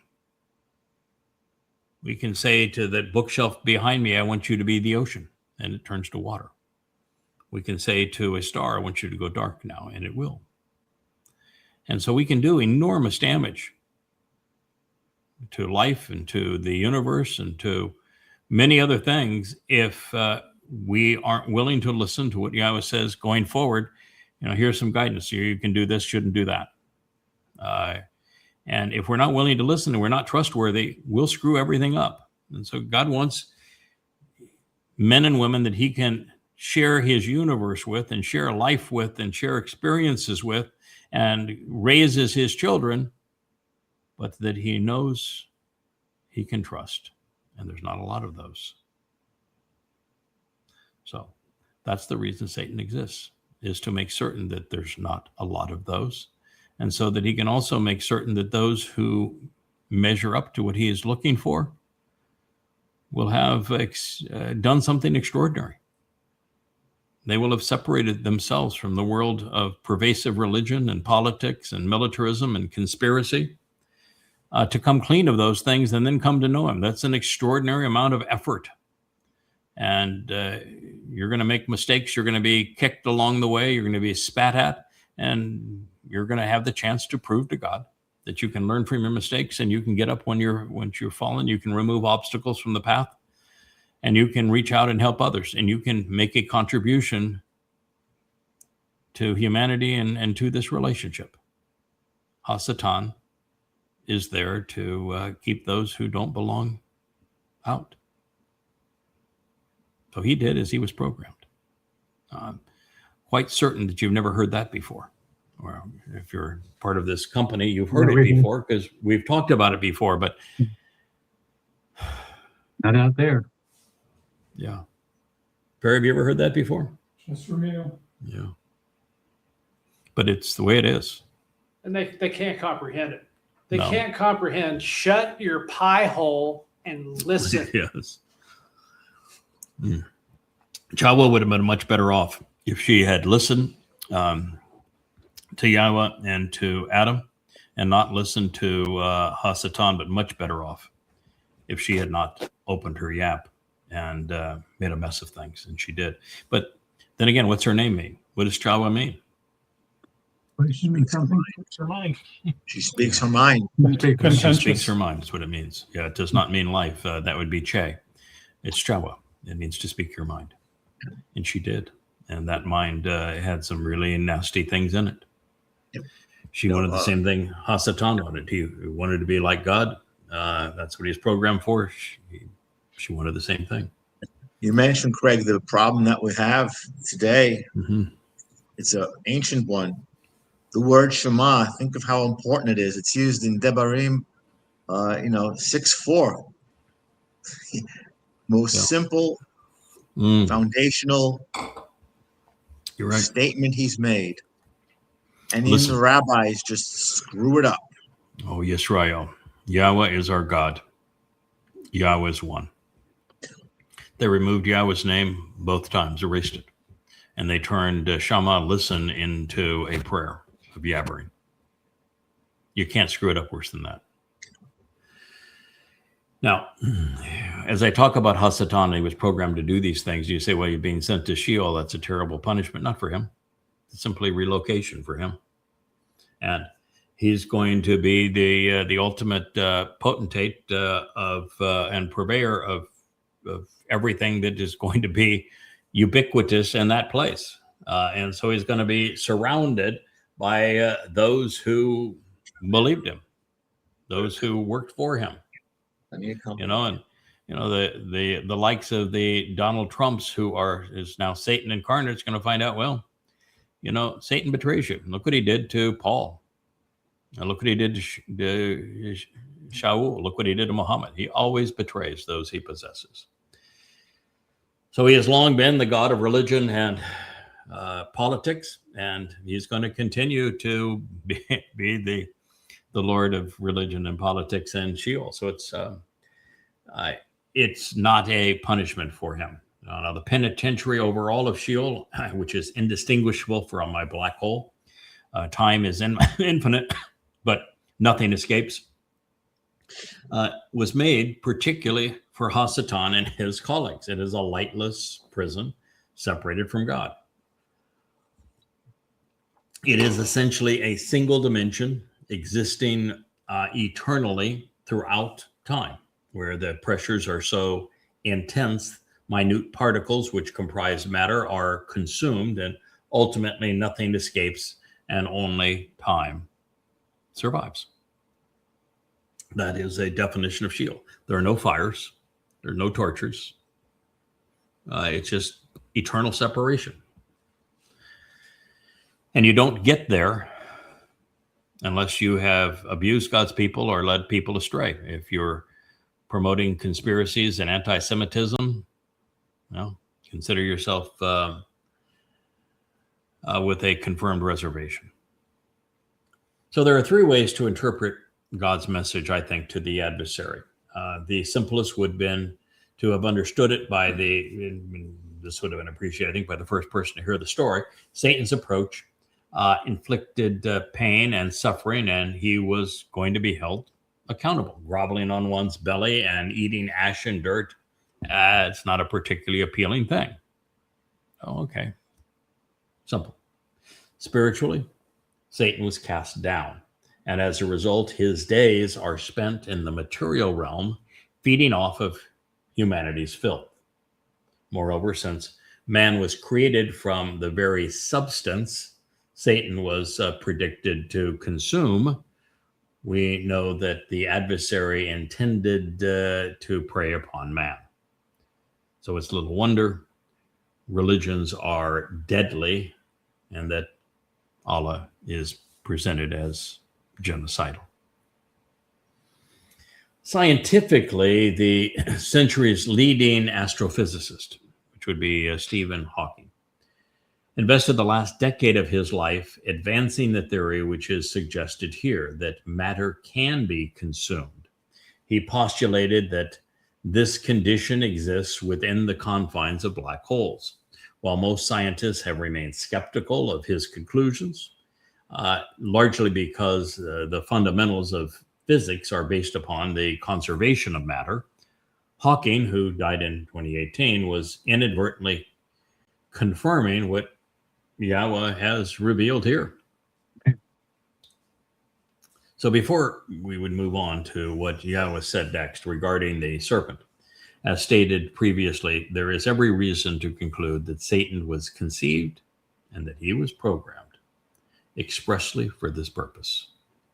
Matter of fact, I think that what he told Chawah, since it was technically accurate but entirely misleading, I think his speech was written by God. So I think that when Yahowah says through Yahowah, I created good and evil. And he had to at this point. He had a real problem with man. He had to resolve this problem. He had to either end the entire experiment and wipe us all out, which he didn't want to do, or he had to figure out a way to cull us, have a sieve. And that's what he did. So the reason for sending the adversary to Sheol is to put him out of commission on Teruah in 2033, after having his political and religious compatriots, led by Donald Trump, of course, slaughter the Adam Chawah. Satan will have fulfilled his mission and will no longer have any value. And that's why, you can say, why will Satan take your life on Teruah as the Adam Chawah when it's written so often that that's his last move, and that at that point he is sent off to Sheol? So why would he just follow through on it? Why would he do what ultimately sets up this sacrifice that purges the mortal remnant of Yisrael of their guilt in accordance with Numbers 19 and Numbers 5? Well, the answer is really simple. He is programmed to do what he's doing. He didn't have any choice, actually, when he possessed Donald Trump. Donald Trump had the choice. He went to Hasatan, and after he had lost all those legal cases, after he had lost the election and was going bankrupt and was going to jail, he made a deal with the devil. But Satan was always going to possess him. And so now we've seen it happen. So it all plays out exactly as God has orchestrated. Now, that doesn't mean that he changes the free will of individuals, but when it comes to someone that's programmed like Hasatan, he does as he's programmed. So Satan will have fulfilled his mission. He will have no value. He will choke on the ash of the resulting sacrifice, which is going to be rendered as ash. It's a burnt offering. It's just like what Eliah did 2,888 years prior to this. God's going to ignite the fire. There's going to be copious amounts of water released. The flames are going to soar to heaven. And it's the ash that is the purging influence in accordance with Bad Midbar, Numbers 5, to purify the adulterous woman. All these prophecies are going to come to fruition and together. And this, of course, is going to be to the chagrin of Christians and Muslims who thinks that their God is either a man or that he is the one that's going to punish everybody in hell and reward the jihadists. And oops, not going to work out the way they had anticipated. The prophetic portrayal which follows applies to the relationship between Satan and mankind, especially as it is manifest in the role of religion and politics and have the role that they have played, beguiling and suppressing the majority of people. But it's, I think, especially poignant when seen from the perspective of Israel. As we consider what God says next, think about how Satan's most popular religions, Christianity, Islam, and particularly as it relates to the Israelites, Judaism, have crippled the chosen people. No population on earth has been treated with more rancor longer than those who call themselves Jews, even as this is a curse that they have brought upon themselves, like the checkmate with Iran.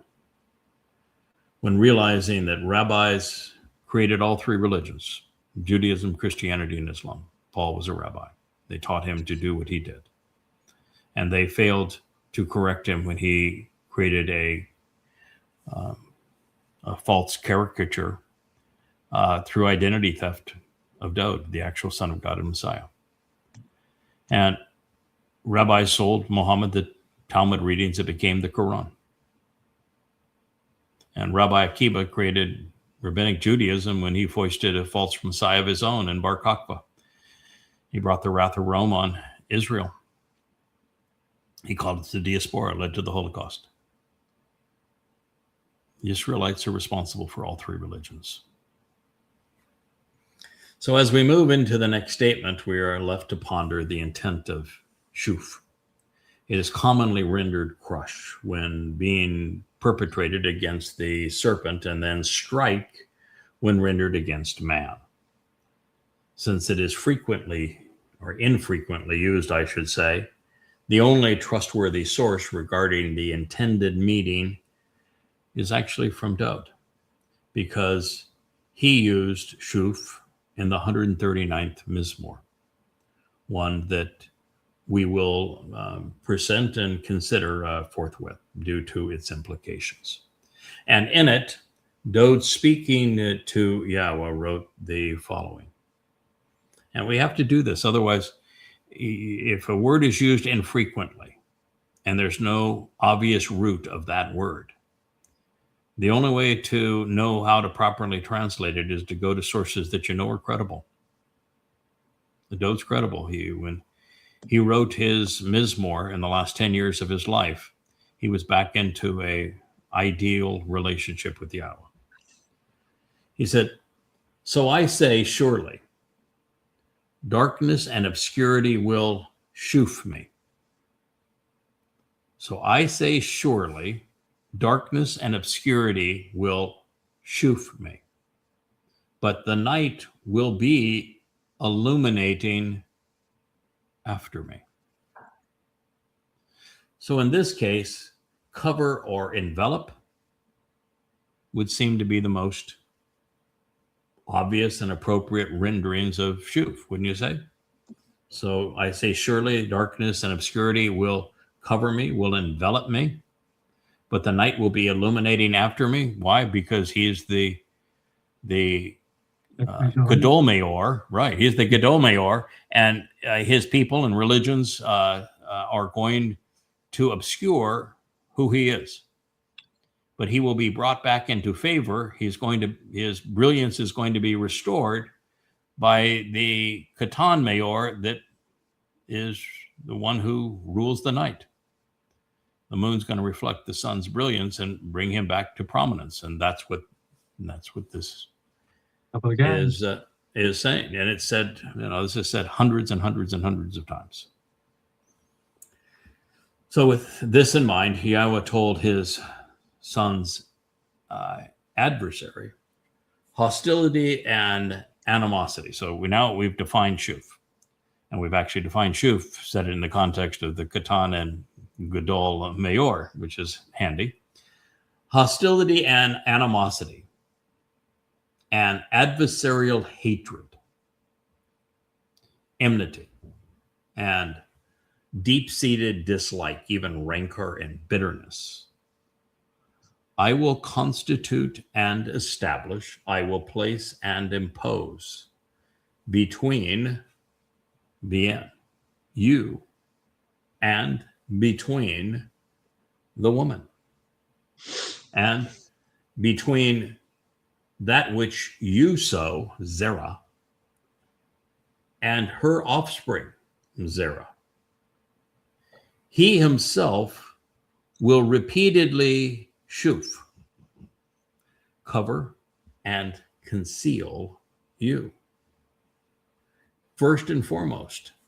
And you yourself will emphatically strike and continually bite and pierce, enveloping him as a treacherous foe, a deceiver, by the heel, impeding the footsteps and the stance. Hugh Akib. Barashith, in the beginning, Genesis 3:50. I understand this doesn't sound all that smooth if you present it literally as it was conveyed, but I'm not looking for fluidity here. We're looking for understanding here. So we want to render the words as accurately as possible, and then we can contemplate their meaning intuitively and logically. That's our point. So let's do that now. So having done something that I don't think anyone has ever attempted previously by systematically repudiating the ungods and false prophets of the New Testament, of the Talmud and the Quran, I can attest that Satan hates women. Paul hated women. He was a homosexual. And he told the men to lord over women. Islam is the most misogynist religion ever conceived. Men own women. Women have no rights. Muhammad was a rapist. He was a pedophile. You don't become a racist and a pedophile unless you hate women. And in Judaism, women have no rights. They can't be around men. They can't even go to the synagogue and be with their family. They have to shave their heads when they get married, a sign of submission. They can't even get a divorce without their husband's approval. It's a tragedy. In religion, women are disrespected. And Satan yet, hates religion. And yet women by far are the most religious on earth. I mean, it's women that in general bring their families to the churches, bring their families into, and promote it more than anything else. I never You know why that understood is? Okay, well, we're going to understand it here in a minute. Hopefully we'll get far enough into this text where we get to God's statements that describe the consequence to women. And when we get to that part, you will know why women do things that support, because religions are all conceived by men and they serve men. You're going to find out why women are drawn to those things which serve men, that were created by men, even when it is detrimental to them. God explained it. So you're going to know the answer. So clearly in all religions, women are belittled, they're degraded. And this is especially true in the scriptures of Christianity, Judaism, and Islam. Therefore, based on Yahowah's prophetic pronouncement, the fastest and perhaps surest way to ascertain Satan's influence on a religious text is to consider how women are perceived. That would certainly impugn Christianity, Islam, and Judaism, would it not? Yes, indeed. So this would lead us to the realization that those who invented Jesus, Hashem, and Allah were in league with Satan. It's also true that as a result of these religions, mankind has been embittered against God, preferring to worship Satan as a lord. This is the single worst thing that has ever befallen humankind. Now, regarding the approach they would take toward one another, we can now project the implications that we have witnessed regarding the verb shoof. God forewarned that mankind would shoof, cover up Satan's presence in their religions. That's the prophecy. And that's what they have done. In fact, it is how Satan has concealed his adversarial nature and then managed to elevate himself to the foremost object of worship. Satan speaks against Satan in Christianity and Islam and in Judaism because he hates the adversarial title. And to be perceived as God, he has to shed the Hasatan adversarial title and be perceived as a Lord. And you look at the leading two religious advocates, Paul, who wrote the first 14 books of the Christian New Testament, and Muhammad, who is solely responsible for creating the Quran, although the rabbis sold him the stories that populate it. Both of those men admitted they were demon-possessed. And they created a religion where they presented their God in the guise of Satan.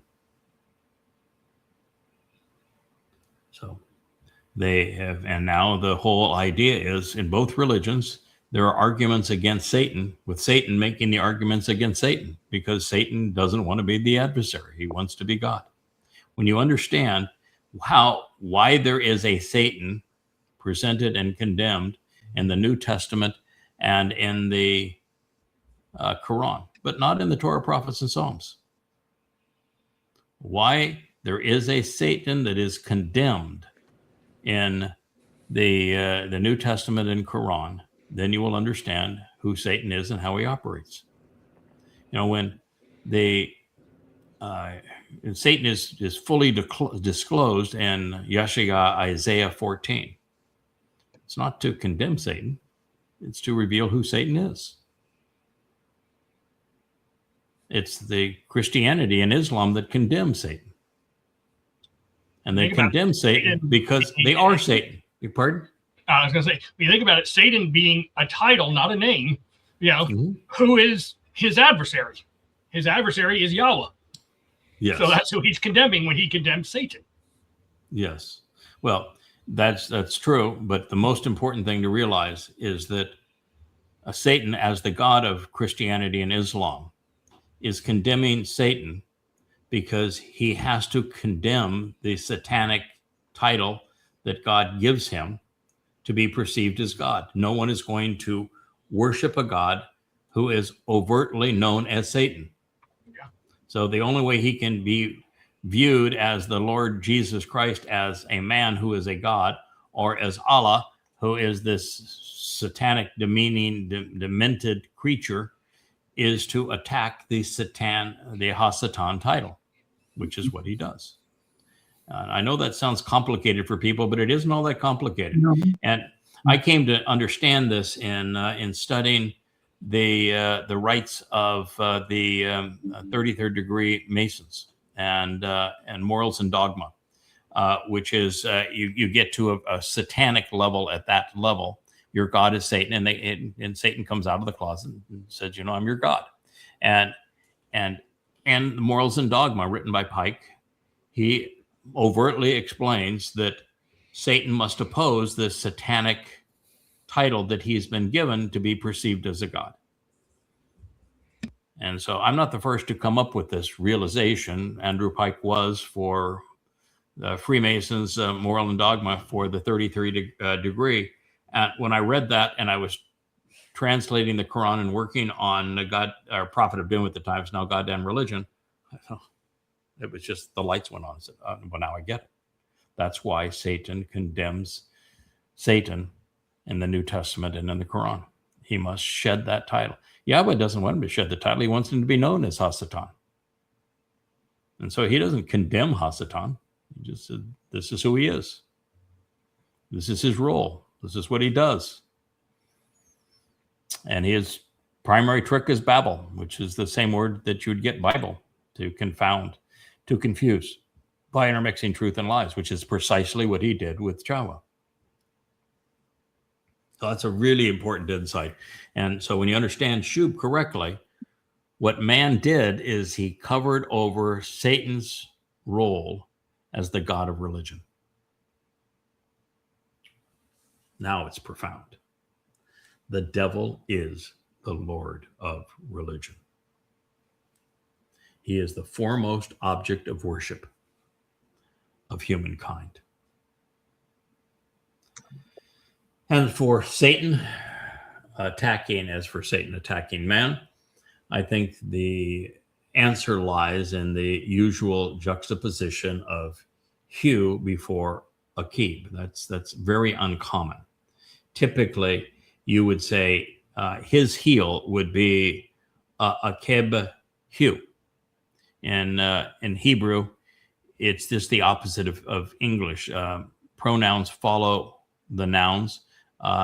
Adjectives and adverbs follow the verb or the noun. They do not precede it as we do in English. We would say red wagon. And Hebrew would be wagon red. And so for this to be Hugh Akib, it is very different than Akib Hugh. Akib Hugh would be his heel. So as opposed to the pronoun his following heel, as would be customary in Hebrew, and therefore saying his heel or his foe, the object of the verb is him, with the treachery and deceit of Akib following. The same was true with Atah Rosh, with you as the serpent being the object of the verb, followed by the implications of Rosh, which is first and foremost from the beginning. As a result, the prophetic message is that Satan will strike and continually pierce, surrounding and battering mankind as a treacherous foe and a deceiver, impeding man's footsteps and stance, particularly as man tries to stand up alongside God.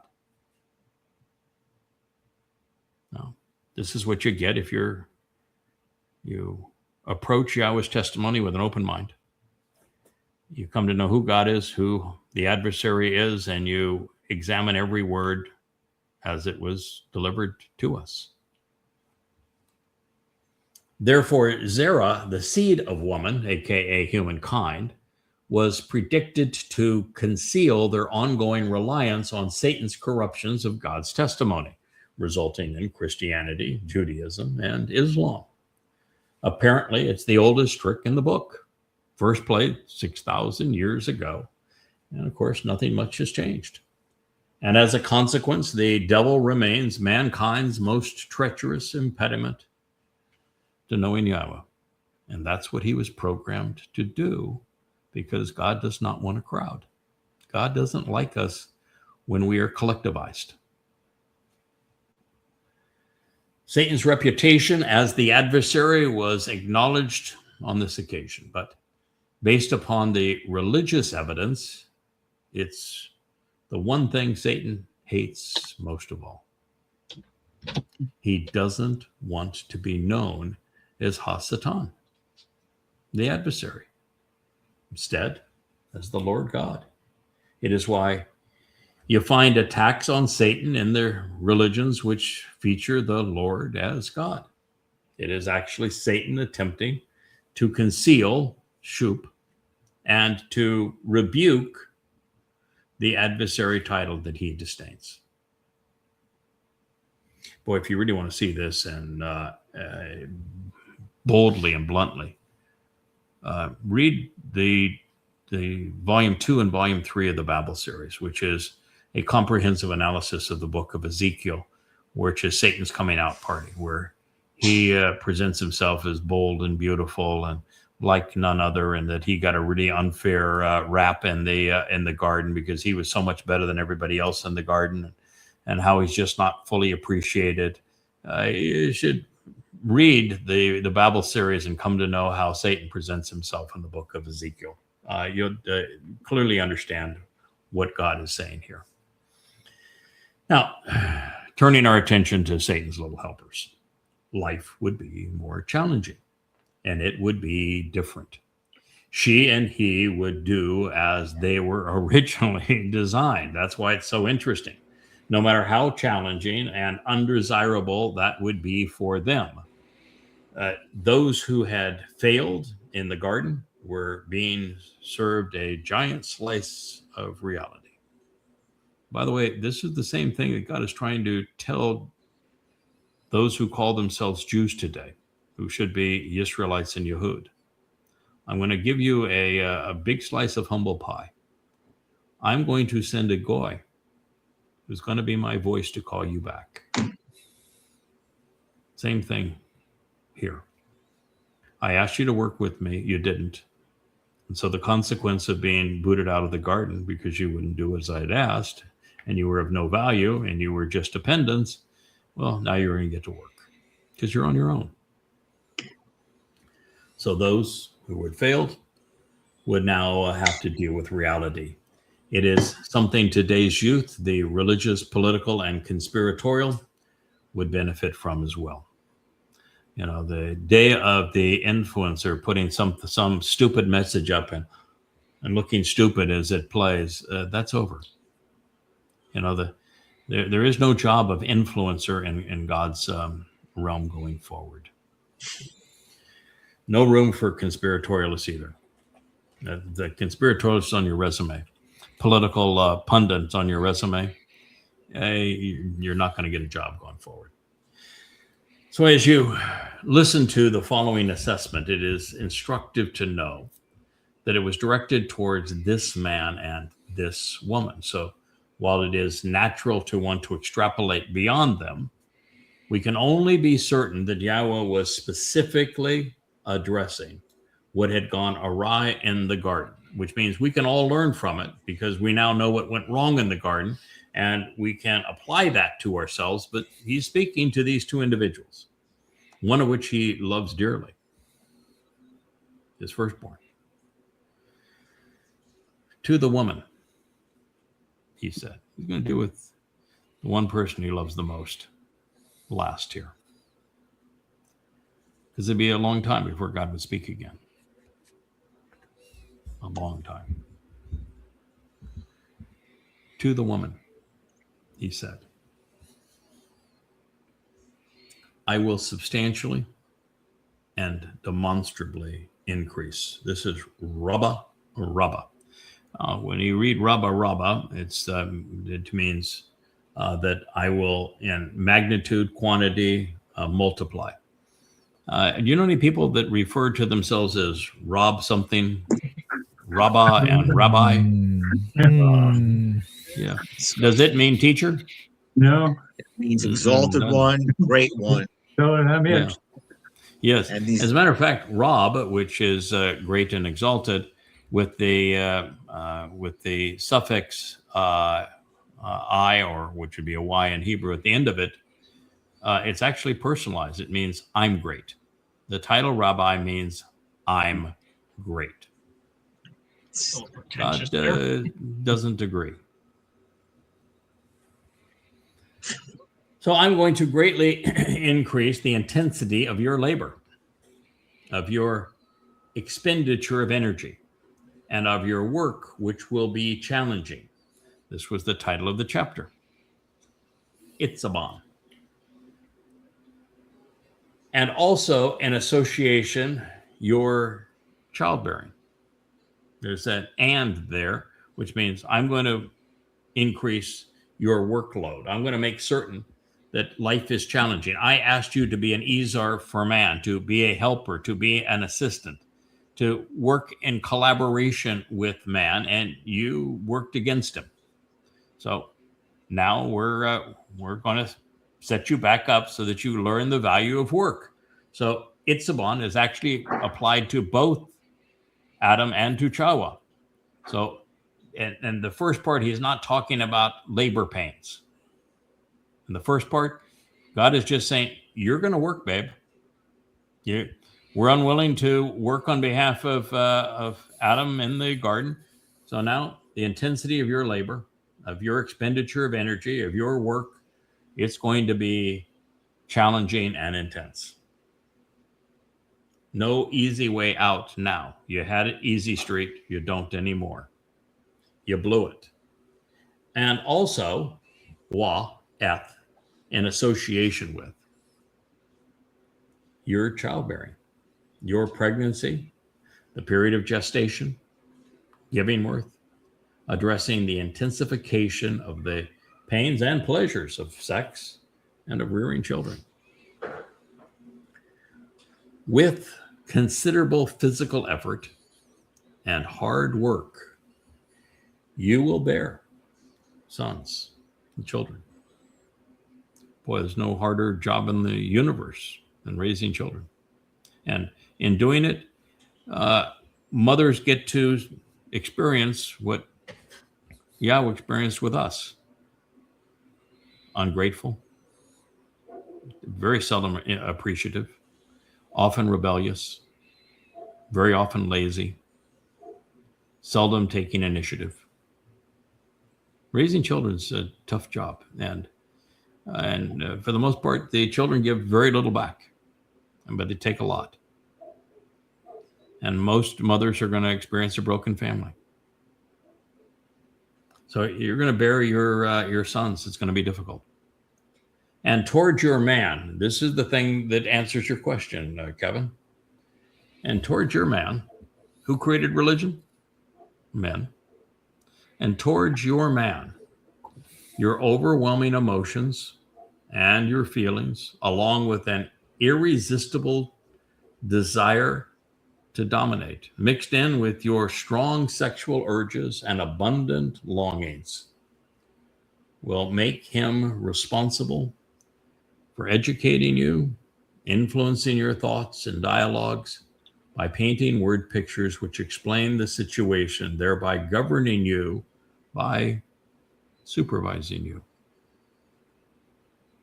And there's how it happened. In other words, she did not want to be influenced by Adam. She wanted to be a goddess. Okay. And God says, so you never did fill your role in loving and supporting Adam. So the consequence of not doing that then is that's going to be the primary driver of your life going forward. And in the garden, I gave instructions to Adam. He did a really crappy job of conveying them to you. Either that or you didn't pay any attention to him. And so I'm going to set it up that that's going to be the prime directive. He's going to give you instructions, and then you're going to deal with them. And you're not going to always deal with them rationally. You're going to deal with a lot of them emotionally. But that's the way it would be. There really isn't a woman in God's story that he delineates his instructions through a woman. There are 3 or 4 women with really important speaking roles and who contribute mightily to the story, but they're always in conjunction with a man, and God's instructions are delivered by men. They're supposed to work absolutely in harmony. It's not, he doesn't say, I'm giving men power over you. He says, I'm giving men responsibility regarding you. They need to teach you.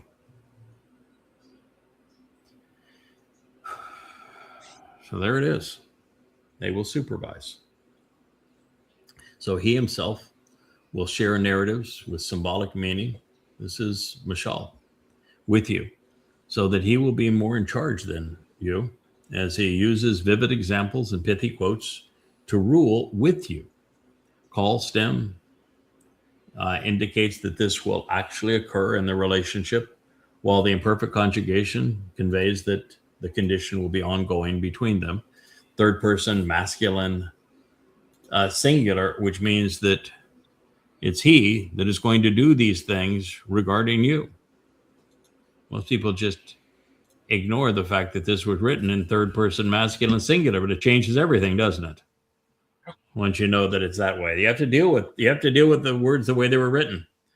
So when we consider God's pronouncement within the context that we have just witnessed, we find affirmations of the prior conclusions that I have introduced this finding using. Adam and Chawah were too passive. There was no indication that they valued work at all, or that they made any contribution to the relationship with God or with one another. Nothing. I mean, there's literally is nothing. Nothing said that Chawah or Adam did that made the garden better or that contributed to the relationship with Yahowah. Not one thing. And if it were something that was done that had merit, God spills the beans, man. He lays it all out. Not a thing. So What did they do? they were dependents. What does the Gen Zer do all day? Well, we know they talk to their AI lover online, and they post and play with social media. They play online games. They pretend that they're going to become an influencer. What do they do? What's their contribution? Yeah, what do they do? What do they do all day? You know, I live on an island where about 80% of the population is on the government dole. They don't have jobs. What do they do all day? Sleep? Party at night? Get drunk? Drugs? Mayhem? Have children that they don't raise, that they abuse? What do they do all day?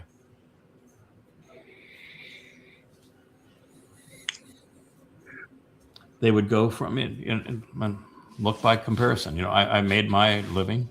I didn't need to do anything other than this, and yet I spend 12 to 14 hours a day, 7 days a week, working at this. No, that's not. It's like I was telling Kevin, who devotes so much time to the Covenant family, and so does Rich and Perry, and so have you guys.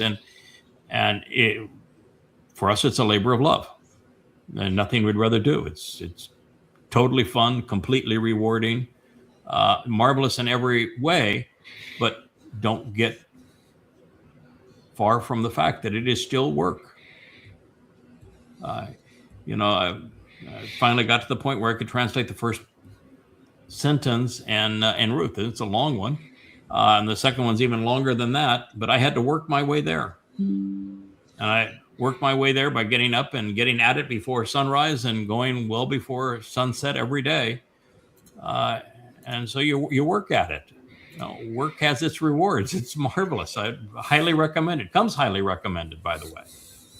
And what that also tells us, if you want to be part of what God's going to do in Shamayim, you want to be there with him, you better demonstrate now that you like work, that you're capable of work, you can be productive when you work, and you can make a contribution through your work. Otherwise, you aren't going to fit with him in eternity, because there's only one way for us to grow and become more each passing day so that eternity has any value for us, and that is to work. We're not going into eternity to sit around and eat bonbons all day. We're going to work at it. And if you think work's a pejorative, you don't belong. As long as the so work they would is struggle enjoyable. to survive. What, JB? I said, as long as the work is enjoyable. If you love what you do, I mean, it's great. Mm-hmm. I've had jobs where, you know, that wasn't always the case, but I still did the work. But yeah, but you there's work that we've all done that we did not enjoy because it had a purpose. It contributed something to our own homes and our own growth, our things that we needed to survive, and then later our families and our wives and husbands and children, and sometimes you work just for your own edification. It doesn't mean that every job is easy. It doesn't mean that every job is that every aspect of the job is fun. There are jobs where every aspect of the job is fun. Well, I'm not even sure that's the case. Let me be honest. I mean, this job that we're doing now, and you get attacked every which way. And so there are aspects of it that aren't just no fun at all. Look at Mosheh. He asked Yahowah to kill him multiple times, and he was miserable. He hated the job. And so it's not always easy. Not supposed to be easy. You don't develop any character if everything's easy, do you? How do you prove to God you're trustworthy if everything's perfect? Mm-hmm. You can't.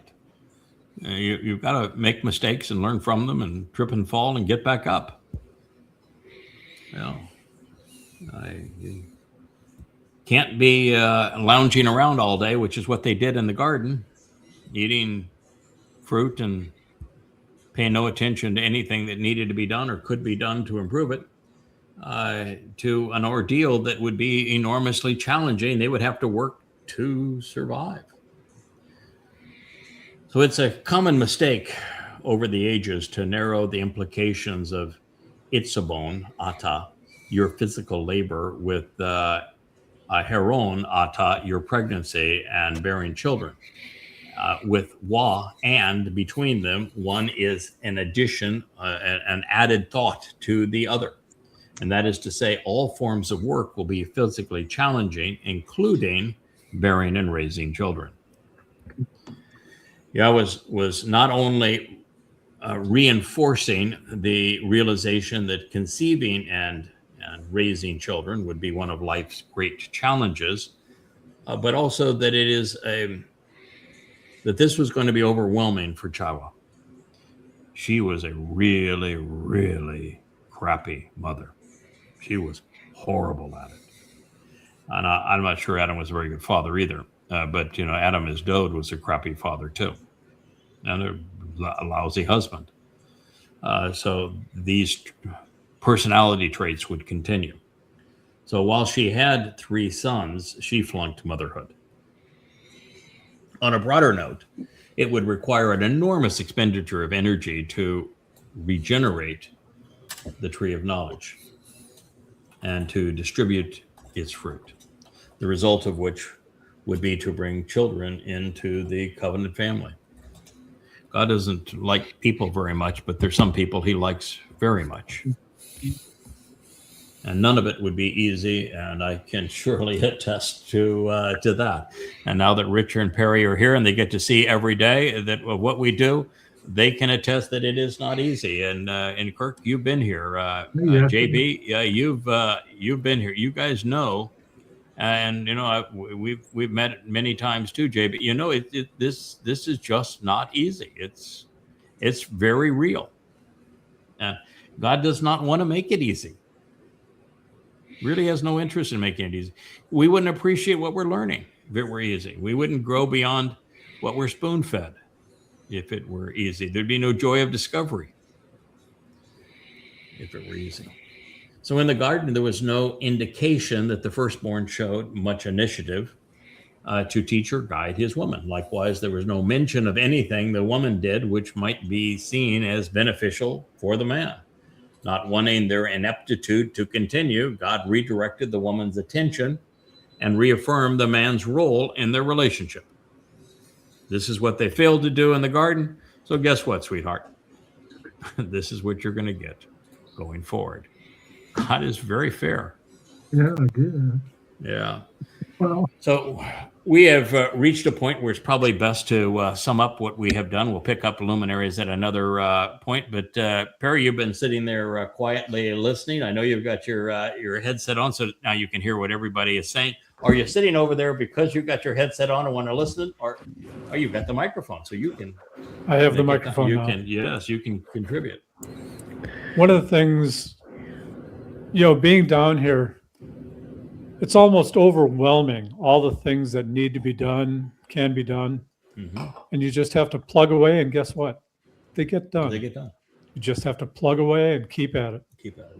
Like your project now, after working on getting the grammar up and working to isolate the proper pronunciation, the challenging words to pronounce, is that you're working to make certain that once we have Joe's very sophisticated tool enabled and focused on, let's say that he does, which we're hoping, Twistianity and Goddamn Religion, which we need an AI narration of those books with an avatar, because I've tried to present them, and there was almost 100 programs on Twistianity, and I'm not even through the first volume.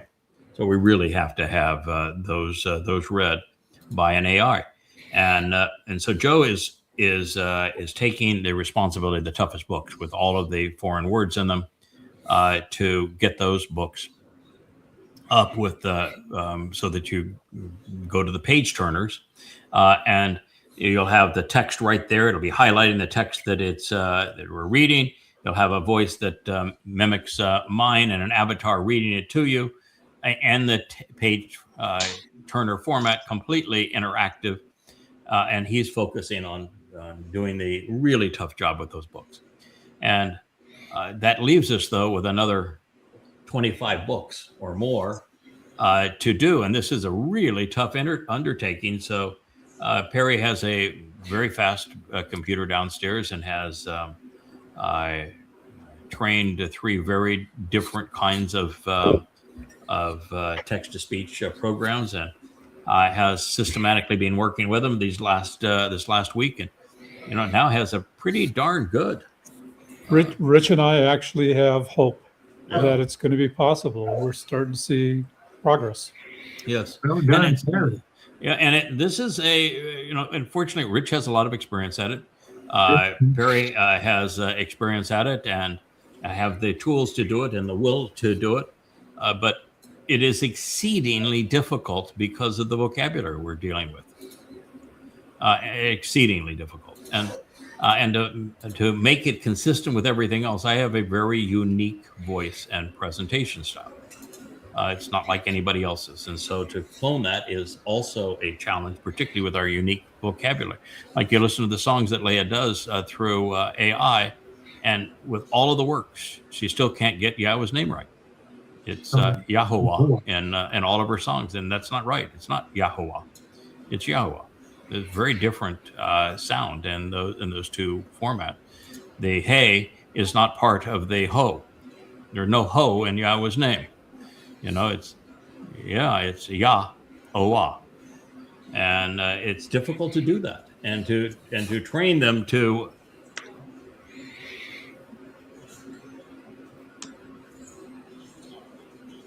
Guess who?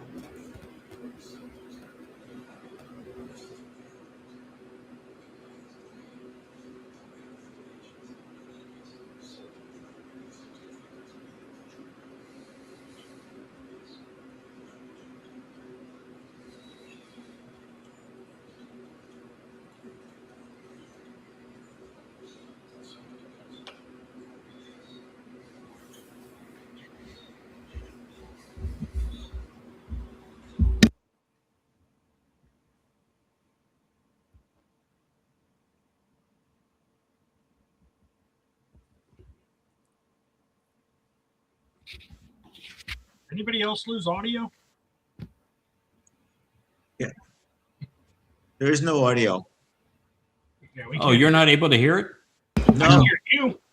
I can hear you just now. There was silence for about 1.5 minutes, 2 minutes. Oh, I'm Oh, sorry. wow. I thought it was going to go out to everybody. Wow. Okay. Can you try it again to go out to everybody? I'm sorry. That was.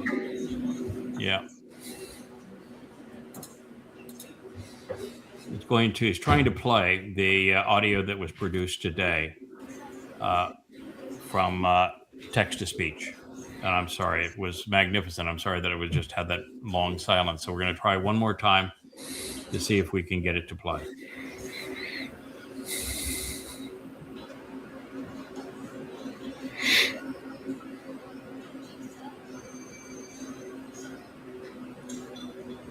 Yes? Still not hearing No. anything. Still can't hear.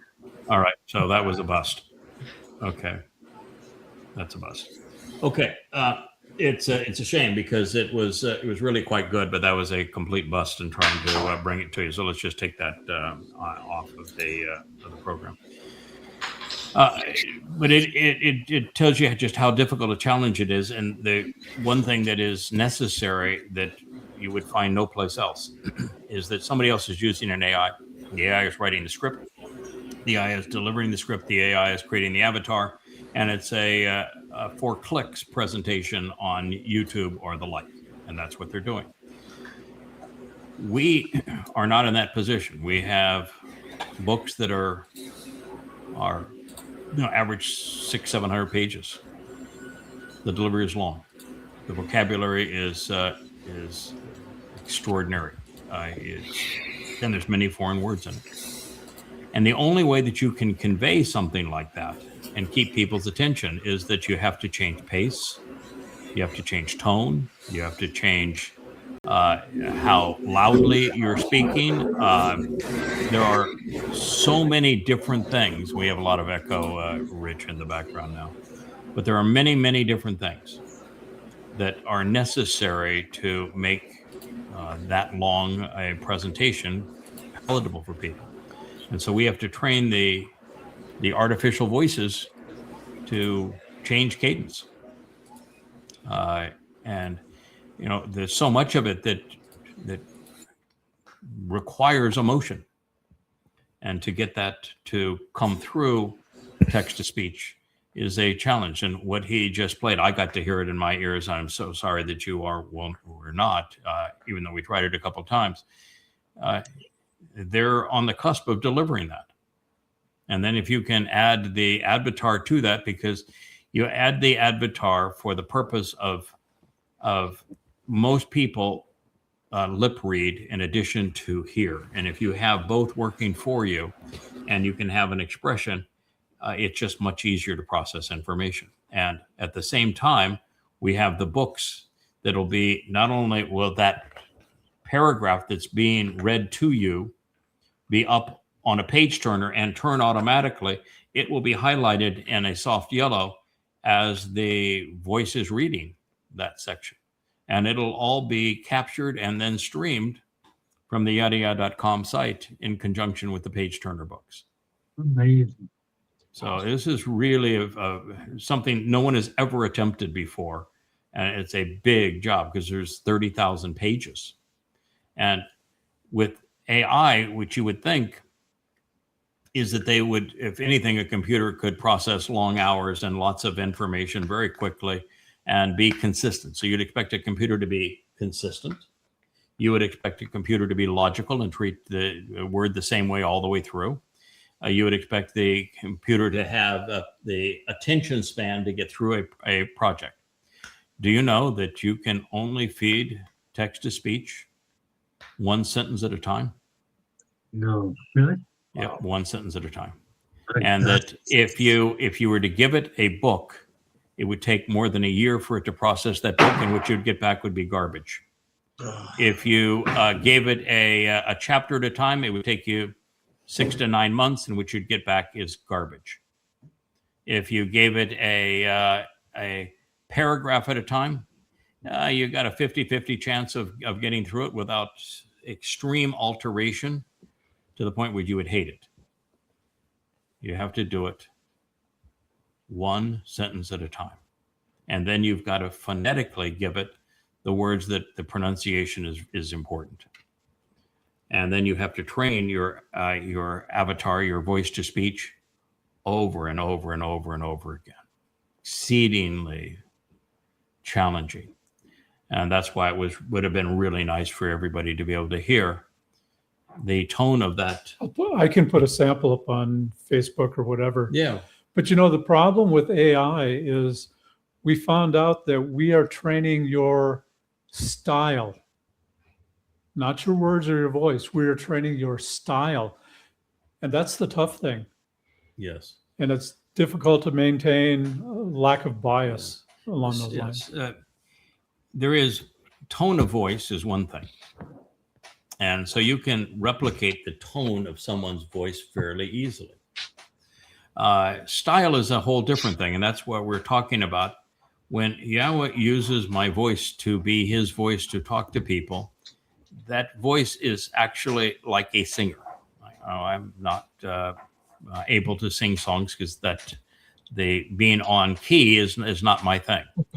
But I do know how to use my voice to keep people's attention, to focus on the right things, to highlight profound things when they're said, to be angry when it's important to be angry, to be joyous when it's important to be joyous, to speak quickly when that's appropriate, and to speak, what a beautiful daughter, to speak slowly when that's appropriate, to change the tone, to change the cadence, and to have a unique delivery, because everything with Yahweh is unique. There is nothing with Yahweh that is common. And so that's the style. And with Yahweh's style, if you're dealing with the spoken words, style is as important as the substance. And so you would have also seen that we're making team is making huge progress even on style. And the biggest challenge of all is that with all of the mispronunciations, like Yahweh's name, there's so many people that want to make it Yahowah that it's just excruciating to break the I voices from saying it that way. And yet it's not that way. There's 4 distinct sounds from the 4 different letters, and you don't blend them together. It's Yahowah, not Yahowah. And so these are all things that are challenged with. And then the great scope of what we have with 30,000 pages and essentially 40 books. It's a lot to accomplish and to make it credible.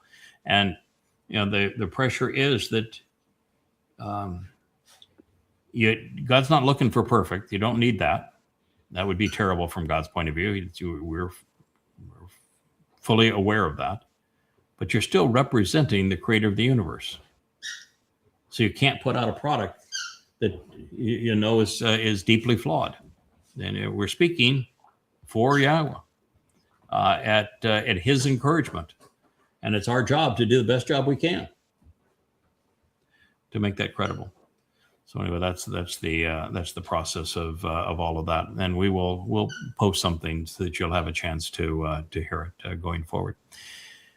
Well, in conclusion, anything that was a real surprise for you in what we deduced from what happened in the garden and what Yahweh's consequence was to Hasatan and thus far to the woman? It actually answers a lot of questions to how humanity got to this position. Yeah, we got static there, but your point was how close, how things that we knew years ago are so wrong. Yeah. They were literally cliches that they just regurgitated over and over again. Yeah, I found that out today as I was finishing the presentation of the 6 most interesting minutes in the Torah, which is the whole episode around Mosheh's birth and the interaction with Pharaoh's daughter and the Amma. It really is just passionate and so beautifully orchestrated by Yahweh. And you realize that just none of it is consistent with the cliches that we have learned, that we've been told over time. And the real story is so much more interesting. And that's every time we get into anything, that is what we're finding. That's what we find here in the garden. It's not that Eve ate an apple and gave an apple to Adam, and that with one bite got all bent out of shape and kicked him out, and that was called first sin. That's the story. That's the religious story, and it bears There's no correlation between that story and the truth, You know, and it misses the point. Go ahead. if I may, the one thing that has run, has really stood out, and especially the last several weeks, is, and especially with this story, is how close we came to him just saying, "I don't want to do this anymore." Oh, Yeah, Yahowah could have Many just times. aborted this whole thing anytime he wanted it. I think he was very, very close. If it weren't for Noach and his wife and their 3 sons, of one which happened to be the redeployment of Adam as Shem, who then later became Dod.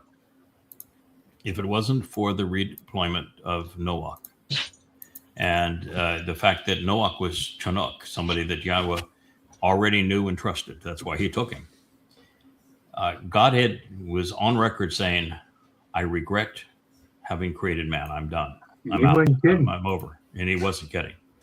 And if it wasn't for his ability to redeploy Chinook as Noach and the effort that was invested by Noach and his family, we wouldn't exist today. The planet wouldn't exist today. There'd be no covenant. There'd be nothing. We'd be completely and totally done. And the other thing that you learn about this is that it wasn't just a situation whereby Noach built the Teba, and that it's not an ark, it's a Teba, which is a vessel of insights regarding the ingatherings. That's what Teba means. And what you learn is that when you figure out who Noach really is and how long he lived, that Noach and Shem, which would be the 2 luminaries, were the 2 fellows that were with Yahowah when they came to visit with Abraham at the time that God said you're going to have a son through Sarah. That's cool. And it is so cool that those are the 2 guys. And it's obvious those are the 2 guys. God gives us so many affirmations that those are the 2 guys.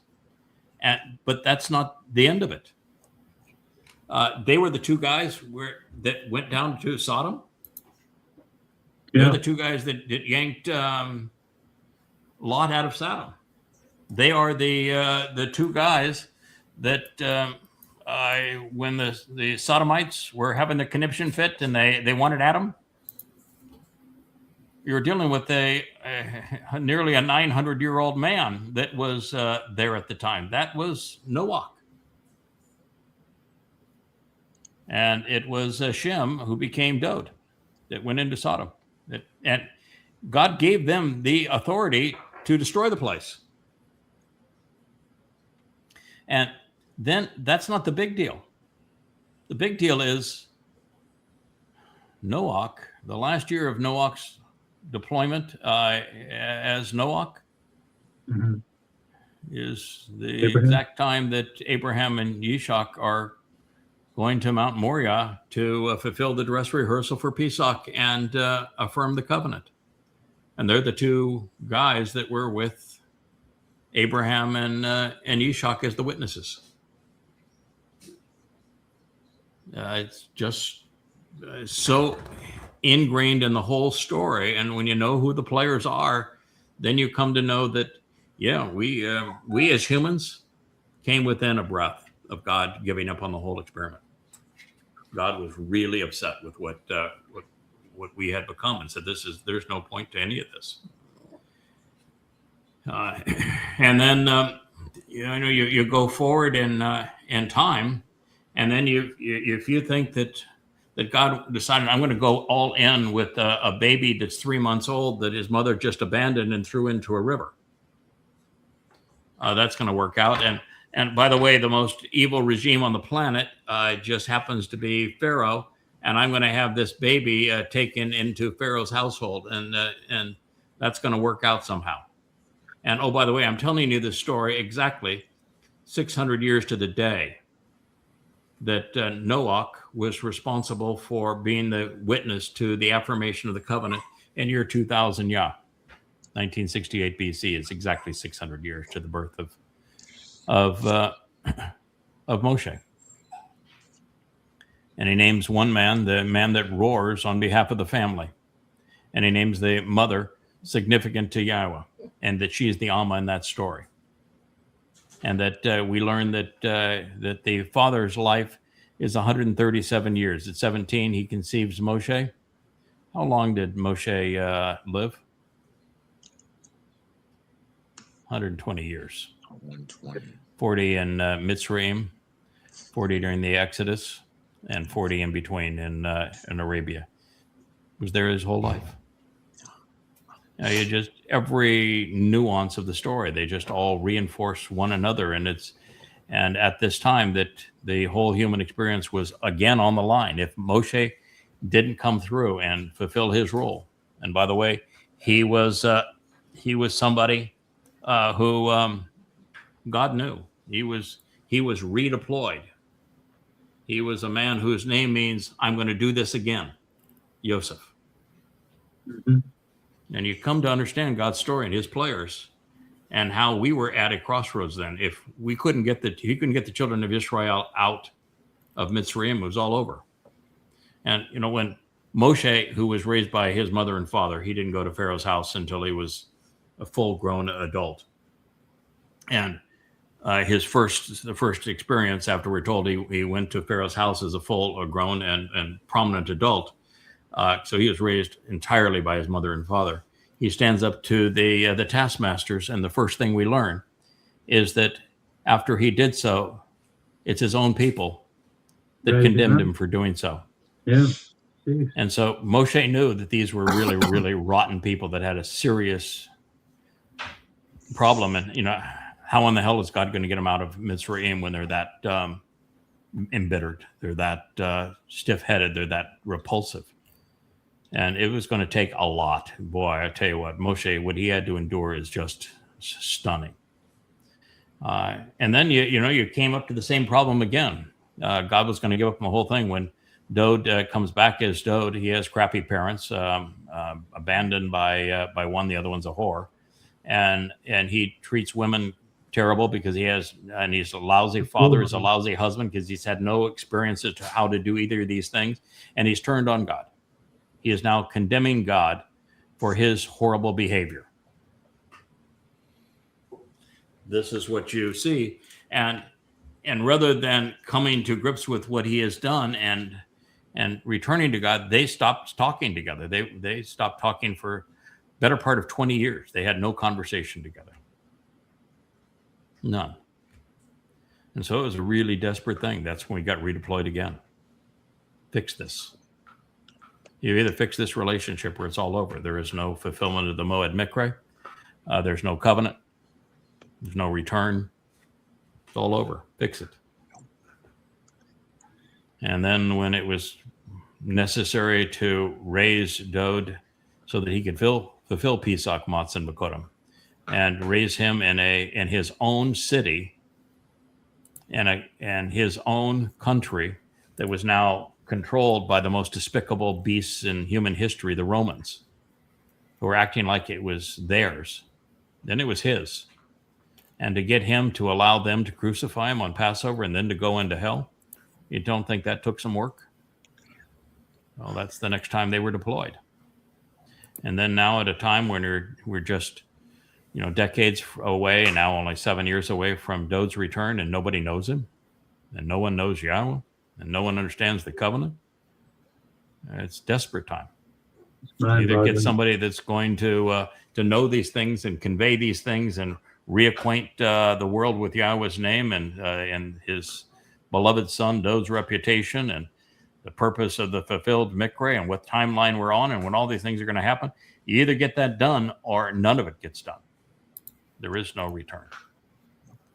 There's no going back to the garden. There's no fulfillment of Shuwb, of Teruah.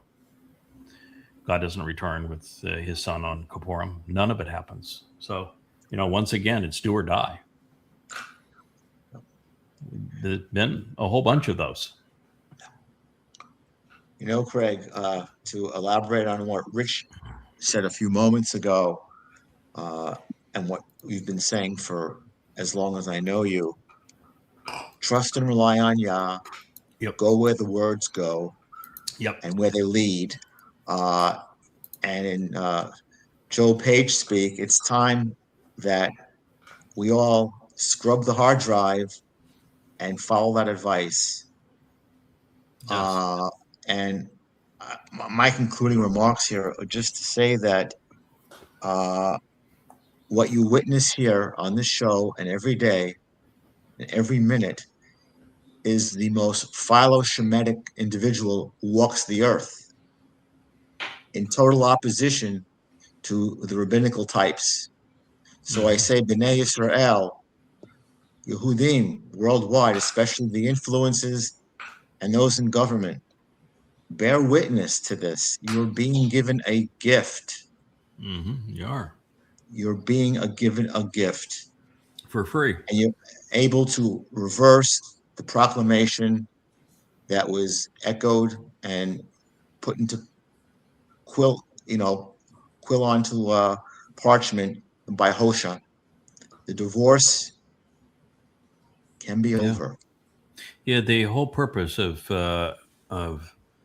reenacting Numbers 19 with Elia being the master of ceremonies again on the Temple Mount, on Teruah, and the fire and the ash and the water is to fulfill Numbers 5, which is called the adulterous woman. So you can purge Israel of her religious and political guilt so that there is a surviving remnant, and so that when Dod returns as king, there's also a wedding.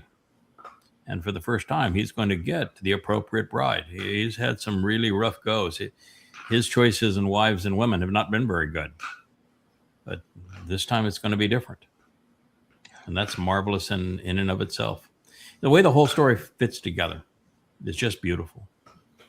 And now we get to focus on the greatest love story of all, this story that makes all of the rest of it work. And, for Leah and I, we're going to tell the story of Ruth and Boaz. It's the one time we're deployed. We're just in our natural element. There's no stress. Every word, every action, every deed is prophetic of things to come. And so we're kind of living in a prophetic realism, if you will, and talking about delivering the Amma, delivering the kinsman redeemer through Boaz. But yet, he's in his natural element in Bethlehem. And she is in her natural element. And life wasn't easy for either of them, but it was the most beautiful love story and the least pressure, least responsibility. They just got to live covenant in that story. So it's going to be a joy to tell this. I'm so glad that it's now the last chapter of the last book. We get to tell that story. All right, gentlemen, it's a pleasure to have been able to do this. Thank you for your contribution. Perry, I'm sorry we weren't able to play your rendition, but hopefully you'll get to post it on the site. People get to hear where we are in this. And We're making progress. Yep, Rich, we had a very full and productive week. Long vlog on the blog this morning, and here we are with a long show again tonight. So no one can criticize the fact that we don't put in the effort. God wants something done. We're devoted to the cause. He deserves our best. And hopefully, Israel, you're going to recognize that it's checkmate now for your country. The last time you didn't have a country, it was really bad for Jews, and anti-Semitism is much worse today. There's only one hope. It's Yahowah. And to find him, you need to go to yahowah.com. That's why it exists, is for you. Please go. Please read. Please think. Please walk away from religion. Boy, if ever is a time you ought to know that the Haredi and the rabbis are parasites, it's now, and what they're doing now.